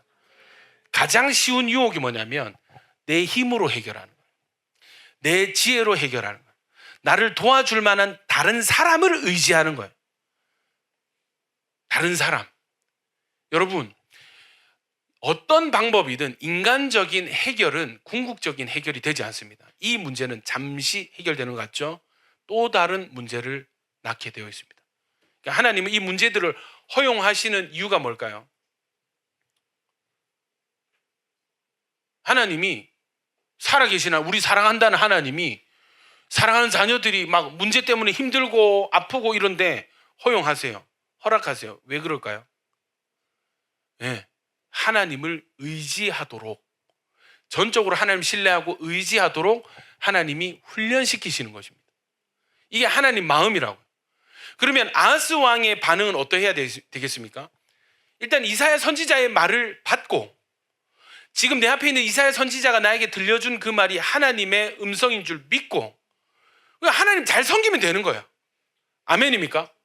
가장 쉬운 유혹이 뭐라고요? 내가 할 수 있는 것을 하는 것입니다. 내가 만날 수 있는 사람을 만나는 것입니다. 그렇게 보면 제일 어려운 게 기도하는 것 같아요. 어떤 일이 일어나는가? 28장 18절에 블레셋 사람들도 유다의 평지와 남방 성읍들을 침노하여 베세메스와 아얄론과 그데롯과 소고민 그 주변 마을들과 딥나 및 그 주변 마을들과 김소 및 그 주변 마을들을 많죠. 마을이. 예. 여러분 북쪽 해결하니까 남쪽에 블레셋이 쳐들어와가지고 밑에서 막 또 공격을 해요. 예. 이는 이스라엘 왕 아하스가 유다에서 망령되이 행하여 여호와께 크게 범죄하였으므로 여호와께서 유다를 뭐 하신다고요? 낮추시는 거예요. 겸손해지게 하는 거예요. 여러분 낮추어졌을 때 그냥 굽신굽신하는 게 하나님 원하는 뜻이 아니고요. 낮추셨을 때 이 겸손의 열매는 뭐가 돼야 돼요? 하나님을 의지하는 게 돼야 됩니다. 하나님께 그냥 착 달라붙어야 되는 것입니다. 아멘이죠. 심지어 자기를 저번에는 도와주었던 그 아수르 왕, 자 보시죠. 아수르 왕 디글랏 빌레셀이 그에게 이르렀으나 도와주세요. 블레셋이 또 쳐들어왔어요. 이번에는 안 도와주는 거예요. 돕지 아니하고 도리어 그를 공격하였더라. 야, 엎친 데 덮친 격이 되어지는 것입니다. 여러분 바로 이러한 때에 선지자 이사야를 통해서 징조를 주셨어요. 아들을 낳으리니 이름을 임마누엘이라 하라. 여러분 예수님 시대에 마찬가지로 마카비 혁명, 열심당원, 바리새파 율법운동 인간적으로 열심히 했고 또 일부는 현실에 타협했고 어떤 사람들은 하나님 나라보다 현실 세계의 출세와 권력에 집중했습니다. 신앙적인 형식은 남아 있었지만 실제로는 하나님보다 다른 것, 권력과 제도의 변화를 추구했습니다. 여러분 이런 상황 가운데 하나님이 어떻게 해결하시는가? 예. 아들을 낳으리니 이름을 예수라 하라. 아멘이십니까? 하나님의 솔루션. 와, 이거는 진짜 암흑이거든요. 여러분 주로 어려움 당하실 때 나 외부, 나를 둘러싼 문제의 어둠만 보시죠. 진짜 어둠은 뭐냐면 그 문제를 당면하고 있는 나 자신의 어둠입니다. 내 안의 어둠. 내 밖에 나를 둘러싼 어둠은 쉽게 잘 보는데 내 안에 있는 어둠은 우리가 볼 수가 없다는, 보기는 보아도 볼 수 없는 율법의 저주 상태에 있게 되는 것이죠. 여러분 예수님이, 하나님이 야 응답이야, 너 국가적인 이런 문제 있지, 개인적인 가정적인 이런 문제 있지, 내 해답은 이거야. 잘 들어봐. 처녀가 잉태하여 아들을 낳으리니 이름을 임마누엘이라. 여러분 이거 소망이 돼요 안 돼요? 지금 나라 망하게 생겼잖아요. 가족들 다 죽게 생겼잖아요. 자 여러분 직장에서 잘릴 위기, 예, 사랑하는 사람과 헤어질 위기, 또 뭐예요? 재정적인 위기. 여러 가지 위기 속에서 자, 그래, 내 사랑한다, 내가 너 너무 사랑한다, 나 너무 사랑해, 너를 그 상태 그대로 내버려 두지 않을 거야. 너 그 문제 해결해 줄 거야. 잘 들어봐. 처녀가 잉태하여 아들을 낳으리니 임마누엘이라 하라. 하나님, 로마가 우리나라 지금 너무 힘들게 해요. 우리 백성들 너무 힘들어요. 살려주세요. 도와주세요. 오케이, 천사가 나타나 해결해 줄게. 잘 들어봐. 아들을 낳으리니 이름을 예수라 하라. 여러분 어떨까요? 그게 뭐예요? 그게 애가 3명이나 있단 말이에요. 아들을 낳으리는 괜찮은 것 같다. 아들을 낳으리니, 할렐루야. 믿음으로 취합니다. 이게 지금 나라가 망하고 지금 우리 가정이 망하게 생겼는데 뭐 누가 아들 낳는 게 그게 나한테 무슨 해답입니까? 이런 생각 들까요, 안 들까요? 여러분, 우리가 신앙생활 하다가 당혹스러울 때가 있습니다. 당혹스러울 때. 이 말씀이 나랑 무슨 상관이 있지? 영적인 무기력을 느낄 때가 있어요. 아니, 지금 내 눈앞에는 당장 이런 문제, 직장에서 이런 문제 터지고, 예, 가정에서 이런 문제 터지고, 국가적 이런 문제, 이 막 산적한데, 아니, 이 말씀 묵상하고 기도하는 게 무슨 도움이 되는데 도대체 이게. 이 영적인 무기력감을 느낄 때 정말 힘이 빠집니다. 그렇지 않습니까, 여러분? 솔직하게. 여러분, 하나님은 정확하신 분이십니다. 아멘입니까? 진짜 우리가 하나님 모르는 거예요. 잘 들어보십시오. 게다가 하나님 빨리 해결해 주세요. 빨리 지금 돈 문제 터지세요. 빨리 해결해 주세요. 그래, 아들을 낳으리. 그 아들 언제 태어나요? 730년 뒤에. 730년 뒤에. 소망이 됩니까, 여러분? 전혀 진짜. 여러분 한번 상상해 보세요. 목사님, 지금 저희 집에 저희 직장에서 이런 문제 터졌습니다. 기도해 주세요. 어떻게 하면 좋을까? 제가 이렇게, 성도님 알겠습니다. 네, 진정하시고 괜찮습니다. 왜냐하면 조금 있으면 예수님 오실 거기 때문에 조금만 참으세요. 조금만 참으면 예수님 다시 오신다 했으니까 다 끝납니다. 네? 여러분, 이게 위로가 돼요? 해답이 됩니까? 전혀 안 되잖아요. 이런 식으로 목회하면 아무도 교회 안 오겠다. 나라도 그런 교회 안 갈 것 같아요. 여러분, 지금과 나중 사이에 이 간격 속에서 우리 신앙생활 하는데, 여러분, 이런 상황 가운데 뭔가 요원하고 너무 멀게 느껴지고 와닿지 않는 이런 상황 가운데 가장 큰 유혹은 우상숭배와 인본주의입니다. 인본주의 뭐예요? 내가 답이 되는 거예요. 예전에 해봤어. 그때 요렇게 하니까 됐었어. 요거 해결 잘하는 사람 나와라. 연결시켜줄게. 여러분, 내가 할 수 있는 것을 하는 것이요, 이게 인본주의입니다. 가장 큰 유혹이에요. 여러분, 여기에 대한 해석을 좀 나누겠습니다. 이 처녀가 잉태하여 아들을 낳으리. 이 처녀는요, 히브리어로 한번 따라해 보실래요? 알마. 어떤 뜻이 또 있냐면 젊은 여인이라는 뜻이 있습니다. 이 말씀을 상징적으로 보는 사람이 있고 실제로 보는 사람이 있는데, 실제로 보는 사람은 두 가지 견해가 나타나요. 실제로 이 당시에 이 알마가 처녀가 될 수도 있고 젊은 여인이 될 수 있죠. 애를 낳았다. 그리고 그게 이 당시에 아하스 왕에게 징조가 되었을 것이다.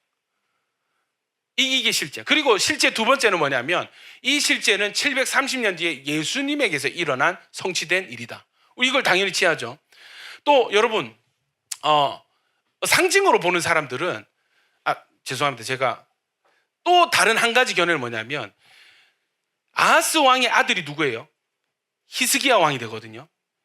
실제로 이 당시에 히스기야 왕이 징조로서 태어난 것이다.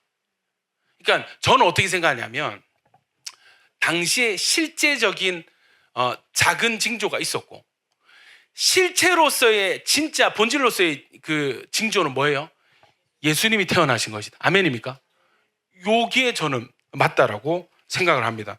자, 여러분, 왜 그러냐면 이사야 7장 14절부터 16절 한번 읽어보겠습니다. 시작. 주께서 친히 징조를 보라, 처녀가 잉태하여 아들을 낳을 것이요 그의 이름을 임마누엘이라 하리라. 그가 악을 버리며 선을 택할 줄 알 때가 되면 엉긴 젖과 꿀을 먹을 것이라. 대저 이 아이가 악을 버리며 선을 택할 줄 알기 전에 내가 미워하는 두 왕의 땅이 여러분, 이게 이 작은 실체가 되는 것이 왜 그러냐면, 하여튼 누가 애가 태어나가지고 애가 성장을 하면, 그러니까 여러분, 유대인들은 어떤 관점이 있냐면, 이 아이가 선악을 구별할, 언제까지 아이 몇 살에 죽으면 천국 가고 몇 살 이후는 지옥 가는가, 요거 있을 거 아니에요. 그러니까 여러분, 갓난애가 태어나서 죽으면 얘가 한 게 있어요, 없어요? 지옥 가는 거 너무 억울하잖아요.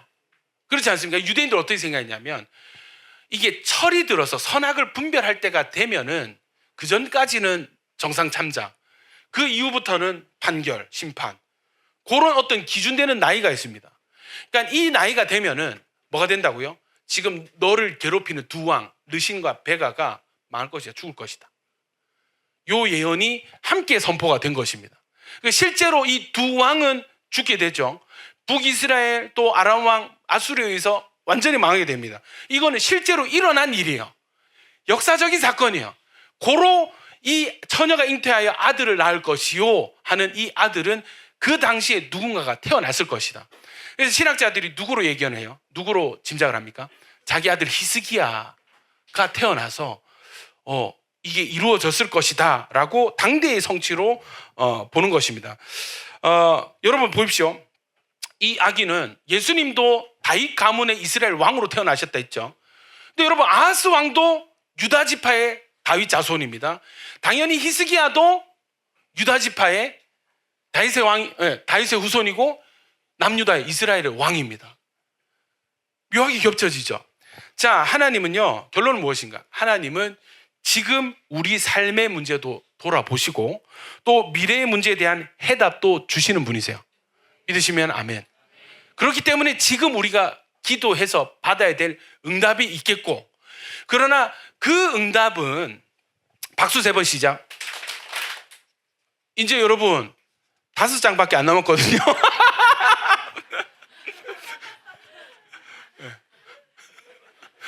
너무 재밌다. 설교를 짧게 하긴 뭘 짧게 합니까, 여러분? 할 거 다 해야지. 할렐루야. 네. 여러분, 뭔가 문제가 터져서 기도해서 응답 받았잖아요. 그럼 문제가 안 생깁니까? 또 생긴단 말이에요. 여러분, 결혼 못해서 지금 난리 났잖아요. 결혼이 안 되는 거야. 결혼이 쉽지 않아, 지금 갈수록. 네. 구조적인 문제가 있다고 생각해요. 기도 열심히 해서 짝을 만났어. 결혼하게 됐어. 할렐루야. 이제 또 어떻게 돼? 예. 임신이 힘들고 또 재정적인 어려움이 있고 여러 가지 문제가 또 생깁니다. 여러분, 결혼하면 뭐예요? 또 부모님 또 사고치고. 우리 교회는 없습니다, 여러분. 부모님 또 사이 안 좋아지고. 계속 애를 낳았어. 문제 해결됐죠? 또 어떻게 될까요? 애가 학교에서 왕따를 당하고 반대로 누굴 두드려 패가지고 막 불려나가고. 여러분, 그 초등학교만 대보십시오. 학교 전쟁터입니다, 여러분. 이해되시죠? 사춘기는 또 어떻고, 저는 아직 이제 사춘기 들어간, 다 겪어보셨잖아요, 그죠? 한 번 더 하실 의향이 있으십니까? 전혀. 김영민 집사님이 제일 지금은 아니요, 절대 막 절대. 이게 여러분, 문제가 끝이 없습니다. 무슨 말이냐면, 기도 응답을 아무리 정확하게 빨리 들어주셔도 우리가 육신 안에서 이 땅에서 사는 동안에는 문제는 끊이지 않습니다. 뭐가 필요한 거예요? 궁극적인 해결이 필요한 거예요. 아멘입니까? 문제에 대한 궁극적인 해결. 그냥 임시 방편의 해결 말고 궁극적으로. 그래서 어떻게 되냐면, 예전에는 문제가 너무 많았는데 이게 어느 순간 깎여서 다시 올라가는 게 아니고 그 수준을 또 영위하다가 또 어느 순간 또 이 문제가 해결이 되어지고 부담이 또 줄고 스트레스가 줄고 문제가 사라지고. 아멘입니까? 점차적으로 문제가 사라지고 우리 삶의 기쁨과 생명력이 점차적으로 증가하게 되는, 할렐루야, 이거란 말이에요. 그러다가 궁극적으로 어떻게 돼요? 이 육신을 벗고 영원한 생명과 안식으로 들어가게 되는, 할렐루야. 이 여정이라는 것입니다. 여러분, 문제를 낳습니다. 문제의 근원은 무엇입니까? 죄 문제입니다.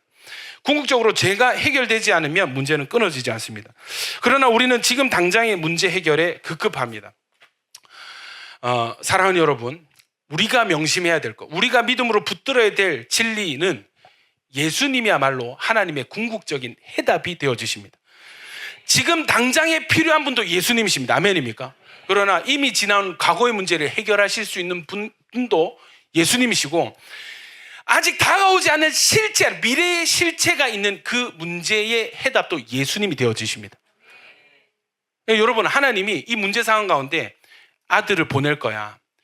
예수라는 내 아들을 너에게 태어나게 할 거야. 이것은 뭐예요? 과거, 현재, 미래의 모든 문제를 해결하신, 궁극적으로 죄 문제를 해결하실 유일한 분, 하나님이신 예수님을 보내어 주신다는 것입니다. 아멘입니까? 여기에 대한 말씀이 9장에 또 있습니다. 이사야 9장 6절 7절 같이 읽습니다. 시작. 이는 한 아기가 우리에게 낳고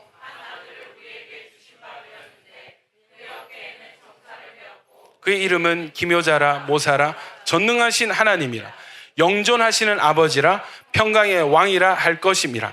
그 정사와 평강의 더함이 무궁하며 또 다윗의 왕자와 그의 나라에 군림하며 그 나라를 굳게 세우고 지금 이후로 영원히 정의와 공의로 그것을 보존하실 것이라. 만군의 여호와의 열심히 이르리를. 여러분, 이게 아들에 대한 7장에서 보라 처녀가 잉태하여 아들을 낳으리니 했죠. 다시 아기를 주시리니 이 아들을 우리에게 주신 바들 이름을 소개하는데 이름이 몇 가지 나옵니다. 첫 번째 뭐예요? 기묘자, 그리고 모사가 한 세트입니다. 기묘자, 모사. 그 다음 또 뭐예요? 전능하신 하나님. 세 번째가 영존하신 아버지. 네 번째가 요 네 가지 혹은 5가지 이름을 주시는데 요거 설명 들으면 딱 생각나는 사람이 있습니다. 여러분, 기묘자 모사는 펠의 요에츠입니다. 놀라운 상담자, 인도자. 또 모사는 뭐예요? 조언과 참모입니다. 우리 인생의 힘든 순간에 무엇이 선이고 무엇이 유익인지 알지 못할 때, 어두운 가운데 있을 때 누가 필요해요? 상담자 필요합니다. 인도자 필요합니다. 결정적인 그 순간, 말씀 마무리할게요. 여러분, 우리는 어리석잖아요. 찾는 사람 누구예요? 똑똑한 사람, 경험 있는 사람, 잘하는 유능한 사람. 여러분, 이 아기가 아들을 주시는데 이 아기의 이름이 첫 번째가 기묘자 모사입니다. 이분은 놀라운 상담자가 되시고 인도자가 되시고 우리에게 꼭 필요한 조언을 주시는 분이 이 아기라는 거예요. 자, 두 번째 이름이 뭐냐면 전능하신 하나님입니다. 이게 엘 기포르라는 뜻인데 번역이 좀 약간 의역이 된 것 같아요. 진짜 뜻은 강한 하나님, 용사이신 하나님. 여러분, 우리 제 문제는 뭐예요? 우리가 마귀한테 점령당한 상태. 이스라엘이 북이스라엘에게 점령당하듯이, 공격당하듯이, 이스라엘이 로마에게 압제당하듯이, 이스라엘이 과거에 바로와에게 압제당했듯이 또 우리가 죄와 사망에 압제당했을 때 필요한 분이 누구예요? 더 강한 용사. 할렐루야. 싸워서 이길 수 있는 능력이 있는, 힘이 있는 그분, 전능하신 하나님이 되시는 줄 믿습니다. 예수님 뭐라고 선포하셨어요? 요한복음 16장 33절 시작. 그래서 너에게 이르는 것은 세상에서는 너희가 환난을 당하나 담대하라. 야, 마귀들이 내가 나중에 천국 올라갈 거거든. 그러면 이 마귀들이 너희를 엄청 괴롭힐 거야. 공격할 거야. 집어삼킬 거야. 그러나 놀라지 마. 두려워하지 마. 담대해. 왜냐하면 내가 그들을 이미 이기었기 때문에. 할렐루야. 이건 뭐예요? 내가 예수님이 나는 엘 기포르야. 전능하신 하나님이야. 난 강한 용사야. 할렐루야. 내가 그들을 이미 이겼어. 이 아기의 이름이 엘 기포르. 용사이신 하나님. 여러분, 세 번째가 영존하시는 아버지, 영원한 아버지, 아비아드라는 영원한 아버지입니다. 여러분, 요한복음 우리가 읽었죠? 곳에 예수님과 예수님이 하나님을 자기와 동일시합니다. 이것 때문에 나중에 신성모독돼서 십자가에 달려 돌아가시잖아. 뭐라고 하냐면 요한복음 10장 30절 시작. 나와 아버지는, 와, 이거는 이단입니다. 당시에 인간 주제에 목수의 아들 주제에 촌놈 주제에 지가 하나님이랑 동일한 분이라고 하나라고 죽일 이유가 되는 거예요. 요한복음 17장 21절 22절 시작. 아버지여 아버지께서 내 안에 내가 아버지 안에 있는 것 같이 우리 안에 있게 하사 세상으로 아버지께서 나를 보내신 것을 믿게 하옵소서. 내게 주신 영광을 내가 그들에게 주었사오니 이는 우리가 하나가 된 것 같이 그들도 하나가 되게 하려 함이니이다. 할렐루야. 여러분, 예수님은 하나님이십니다. 요한복음 전체 꽉 짜잖아요. 그럼 무슨 문장 나와요? 예수는 하나님이십니다. 아멘이십니까? 이 아기가 예수님인데 하나님이라는 거예요. 영원한 아버지. 네 번째 마지막이 이름이 평강의 왕입니다. 여기서 이 평강은 여러분 너무나 잘 아는 단어 뭐예요? 샬롬. 평화의 통치자, 평강의 군왕입니다. 여러분, 샬롬이요, 지금 전쟁 상황 가운데 쳐들어오고 밑에서 쳐들어오고 도와주던 인들이 또 뒤통수 치고 사방으로 우겨싸움을 당했잖아요. 아하스 왕이. 안 그렇습니까? 우리로 치면 어떤 거냐면 중국 쳐들어오고 북한 쳐들어오고 러시아 쳐들어오고 일본 쳐들어오는데 우방이었던 미국이 와가지고 미국도 같이 치고 있는 거예요. 골치 아프다, 그죠? 소망이 있습니까? 근데 이런데 내가 아기를 보내줄 건데 그 아기의 마지막 이름이 뭐예요? 평강의 왕, 샬롬, 샬롬. 샬롬. 그러니까 언뜻 듣기에 여러분, 이 샬롬은 전쟁이 있는 상태일까요? 없는 상태일까요? 전쟁이 다 해결된 그런 상태잖아요. 그런데 여러분, 더 나아가서 원래 샬롬의 뜻은요, 하나님과 죄인된 사람이 다시 화목하게 되는 그림이 샬롬입니다. 하나님과의 관계 회복이 샬롬입니다. 아멘이시죠? 이사야서 53장 5절 읽습니다. 시작.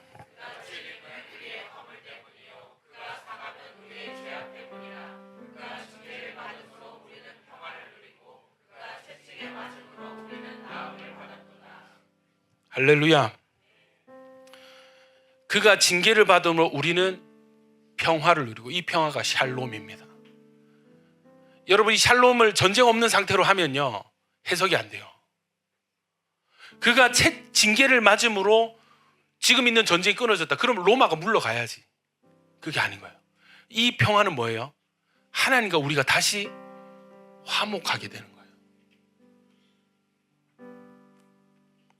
로마서 5장 10절 11절 어떻게 이 샬롬을 이루셨는가? 시작. 우리가 원수 되었을 때에 화목하게 되었은즉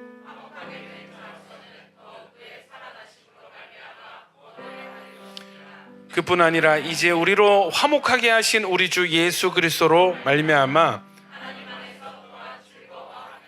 할렐루야. 여러분, 예수님이 우리가 원수 되었을 때 자기 목숨을 지불하고 십자가에서 죽으심으로 하나님과 우리를 화목하게, 샬롬을 우리에게 주셨습니다. 아멘입니까? 더 이상 여러분, 죄인들이 하나님 앞에서 떨지 않아도 되는 거예요. 아기가 안기듯이 달려가서 안길 수 있는 상태가 되어진 것입니다. 아멘입니까?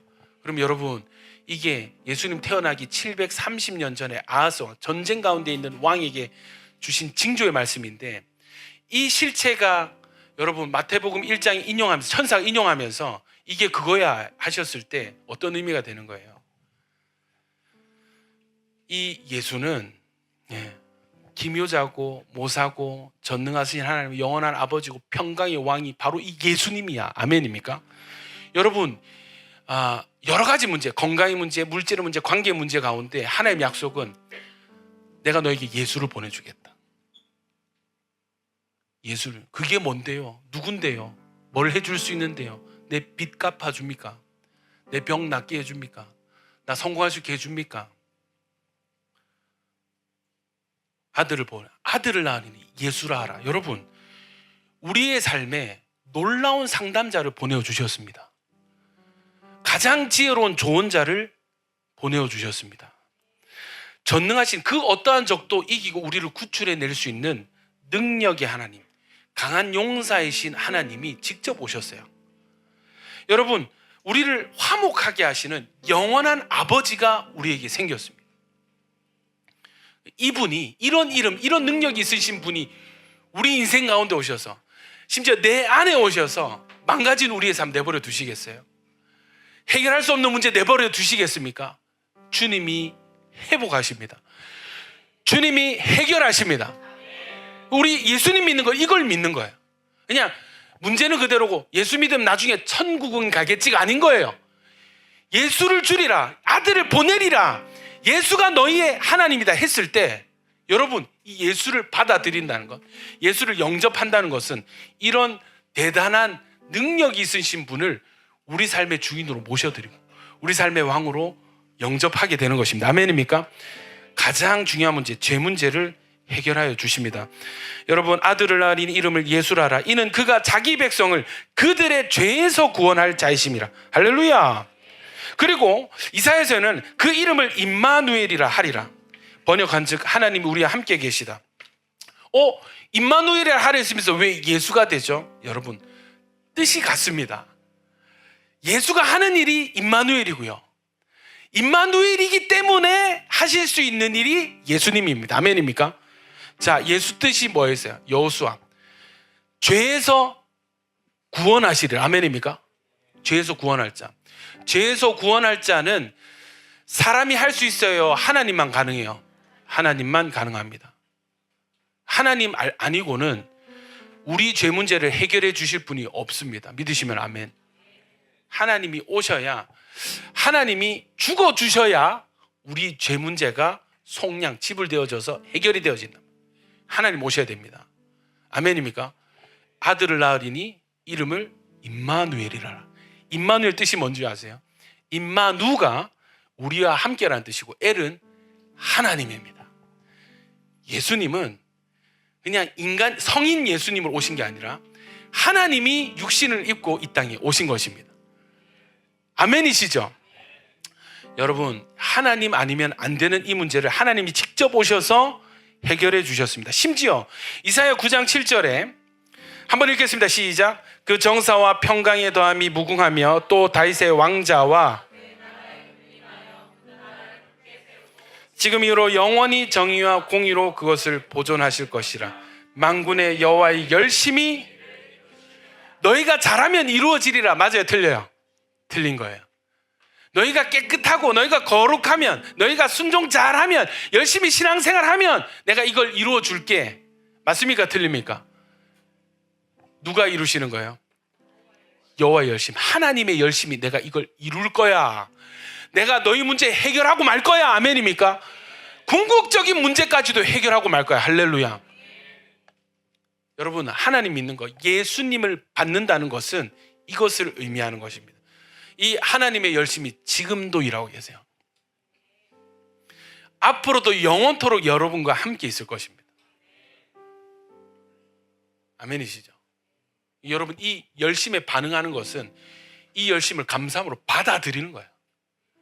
하나님 마음껏 일하소서 하고 자리를 비켜드리는 것입니다. 여러분, 이게 쉬워요? 어려워요? 너무 쉬운 거예요. 너무 쉬운 거예요. 내가 하면 어렵지. 마음껏 하십시오. 되어주면 되어지는 것입니다. 그리고 그 하나님은 우리의 의지와 상관없이 이미 계획하시고 이미 시작하셨고 반드시 이루실 하나님이시기 때문에, 아멘입니까? 여러분, 우리가 약해도 하십니다. 실수해도 하십니다. 아멘입니까? 우리가 충분하지 못해도 하나님이 이루십니다. 하나님의 열심에 기인한 일이 되기 때문에. 사랑하는 여러분, 아하스 왕처럼 하지 마세요. 바리새파, 누굽니까? 사두개파, 열심당원처럼 할 필요 없어요. 신앙생활은요, 여러분, 하나님과 임마누엘 같이 사는 거예요. 동행하는 거예요. 관계하는 것입니다. 사랑하는 여러분, 이 임마누엘 하나님이 태어나신 그날이 바로 성탄절입니다. 여러분, 우리의 삶의 패러다임을 재정립하고 나는 어떤 태도로 인생을 살아왔는가, 하나님을 의지했는가, 아니면 내가 할 수 있는 모든 것을 다 하며 살았는가, 내가 해결자인가, 하나님이 해결자인가. 다시요, 따라합시다. 내가 해결자인가, 하나님이 해결자인가, 내가 구원자인가, 하나님이 구원자인가, 사람이 구원자인가, 하나님이 구원자인가. 여러분, 신앙생활 단순하죠. 하나님을 인정하는 것입니다. 우리 이 시간에 하나님 이 시간에 나의 내 노력과 내 지혜 내려놓고 하나님의 열심히 이루어지는 것을 허용하기 원합니다 하시는 분은 가슴에 손을 한번 얹어요. 자, 여러분을 위해서 기도해 드리겠습니다.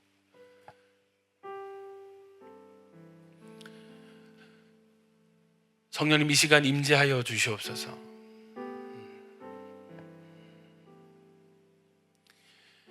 하나님 샬롬의 영으로 임하여 주시옵소서. 십자가에서 예수님이 우리의 모든 죄악을 짊어지시고 대신 피 흘려 죽으심으로 하나님과 우리를 화목하게 하셨습니다. 그 일이 이미 일어났습니다. 나는 그 예수님을 나의 주인으로 왕으로 영접하였습니다. 하나님, 회개할 것은 여호와 열심히 이루는데 계속 내 열심이 내려놓아지지가 않습니다. 결국 돌고 돌아서 내 지혜를 선택하고 내 힘으로 해결하려고 아등바등하며 살아왔습니다. 주여, 우리의 어리석은 것을 불쌍히 여겨 주시옵소서. 가장 지혜로운 분, 가장 능력 있는 분, 가장 강하신 그분, 가장 평화로우신 그분께서 우리 안에 오셨음에도 주님을 사용하지 못하고 주님과 동행하지 못하는, 여전히 내가 더 강해져야 돼, 내가 더 똑똑해야 돼, 나를 몰아붙이고 주변을 몰아붙이는 하나님, 우리의 인본주의와 우상숭배를 회개하오니 불쌍히 여겨 주시옵소서. 이 시간 내 인생의 유일한 왕이 오직 예수님 뿐임을 인정하고 영접하오니 주여 내 마음에 임재하여 주시옵소서. 주님께 묻게 하시고 들려지는 은혜를 허락하여 주시옵소서. 말씀하신 대로 순종하는 자들 되어서 하나님의 기대와 하나님의 계획이 내 삶 가운데 이루어지는 것, 펼쳐지는 것을 경험하게 하여 주시옵소서. 특별히 하나님, 우리 부모 세대들을 위해서 기도합니다. 주님, 자녀를 향한 많은 걱정과 많은 기대와 욕심이 있습니다. 그러나 가장 좋은 기도 제목은 하나님, 우리 자녀들의 삶 가운데 오직 하나님의 뜻만이 이루어지게 하여 주시옵소서. 내 욕심이 아니라, 세상의 기준 따라가 아니라 하나님이 이들을 창조하실 때부터 계획하셨던 그 뜻대로 우리 자녀들이 하나님, 주님의 말씀을 성취하는, 주님의 계획을 이루어내는 통로가 되게 하여 주시옵소서. 주님, 우리 교회에 아기들을 보내오셔서 감사합니다. 이 아이들이 잘 자라서 주님 오실 길을 예비하는 자들 되게 하여 주시옵소서. 또 아기를 기다리는 부부들도 있습니다. 주님, 샬롬의 왕으로 임재하여 주셔서 그 마음 가운데 두려워하지 마라, 낙심하지 마라, 내가 너와 함께 함이니라. 보라, 처녀가 잉태하여 아들을 낳으리니 주셨던 그 말씀이 이 부부들에게도 응답이 되게 하여 주시옵소서. 주님 감사합니다. 믿음으로 받아들입니다. 하나님, 내 마음 안에 있는 전쟁과 같은 영역에 샬롬을 선포합니다. 하나님, 나와 함께 하십니다. 하나님, 이 땅에 오셨습니다. 하나님, 내 안에 오셨습니다. 하나님, 그것을 인정하오니 샬롬을 누리게 하여 주시옵소서. 그냥 듣고 지나가는 12월 첫째 주의 설교가 아니라 이 시기에 나에게 주시는 주님의 음성 되게 하여 주시옵소서. 예수님 이름으로 축복하며 기도합니다. 네. 할렐루야. 여러분, 예수님이 하나님이십니다. 우리 안에 계신 분은 하나님이십니다.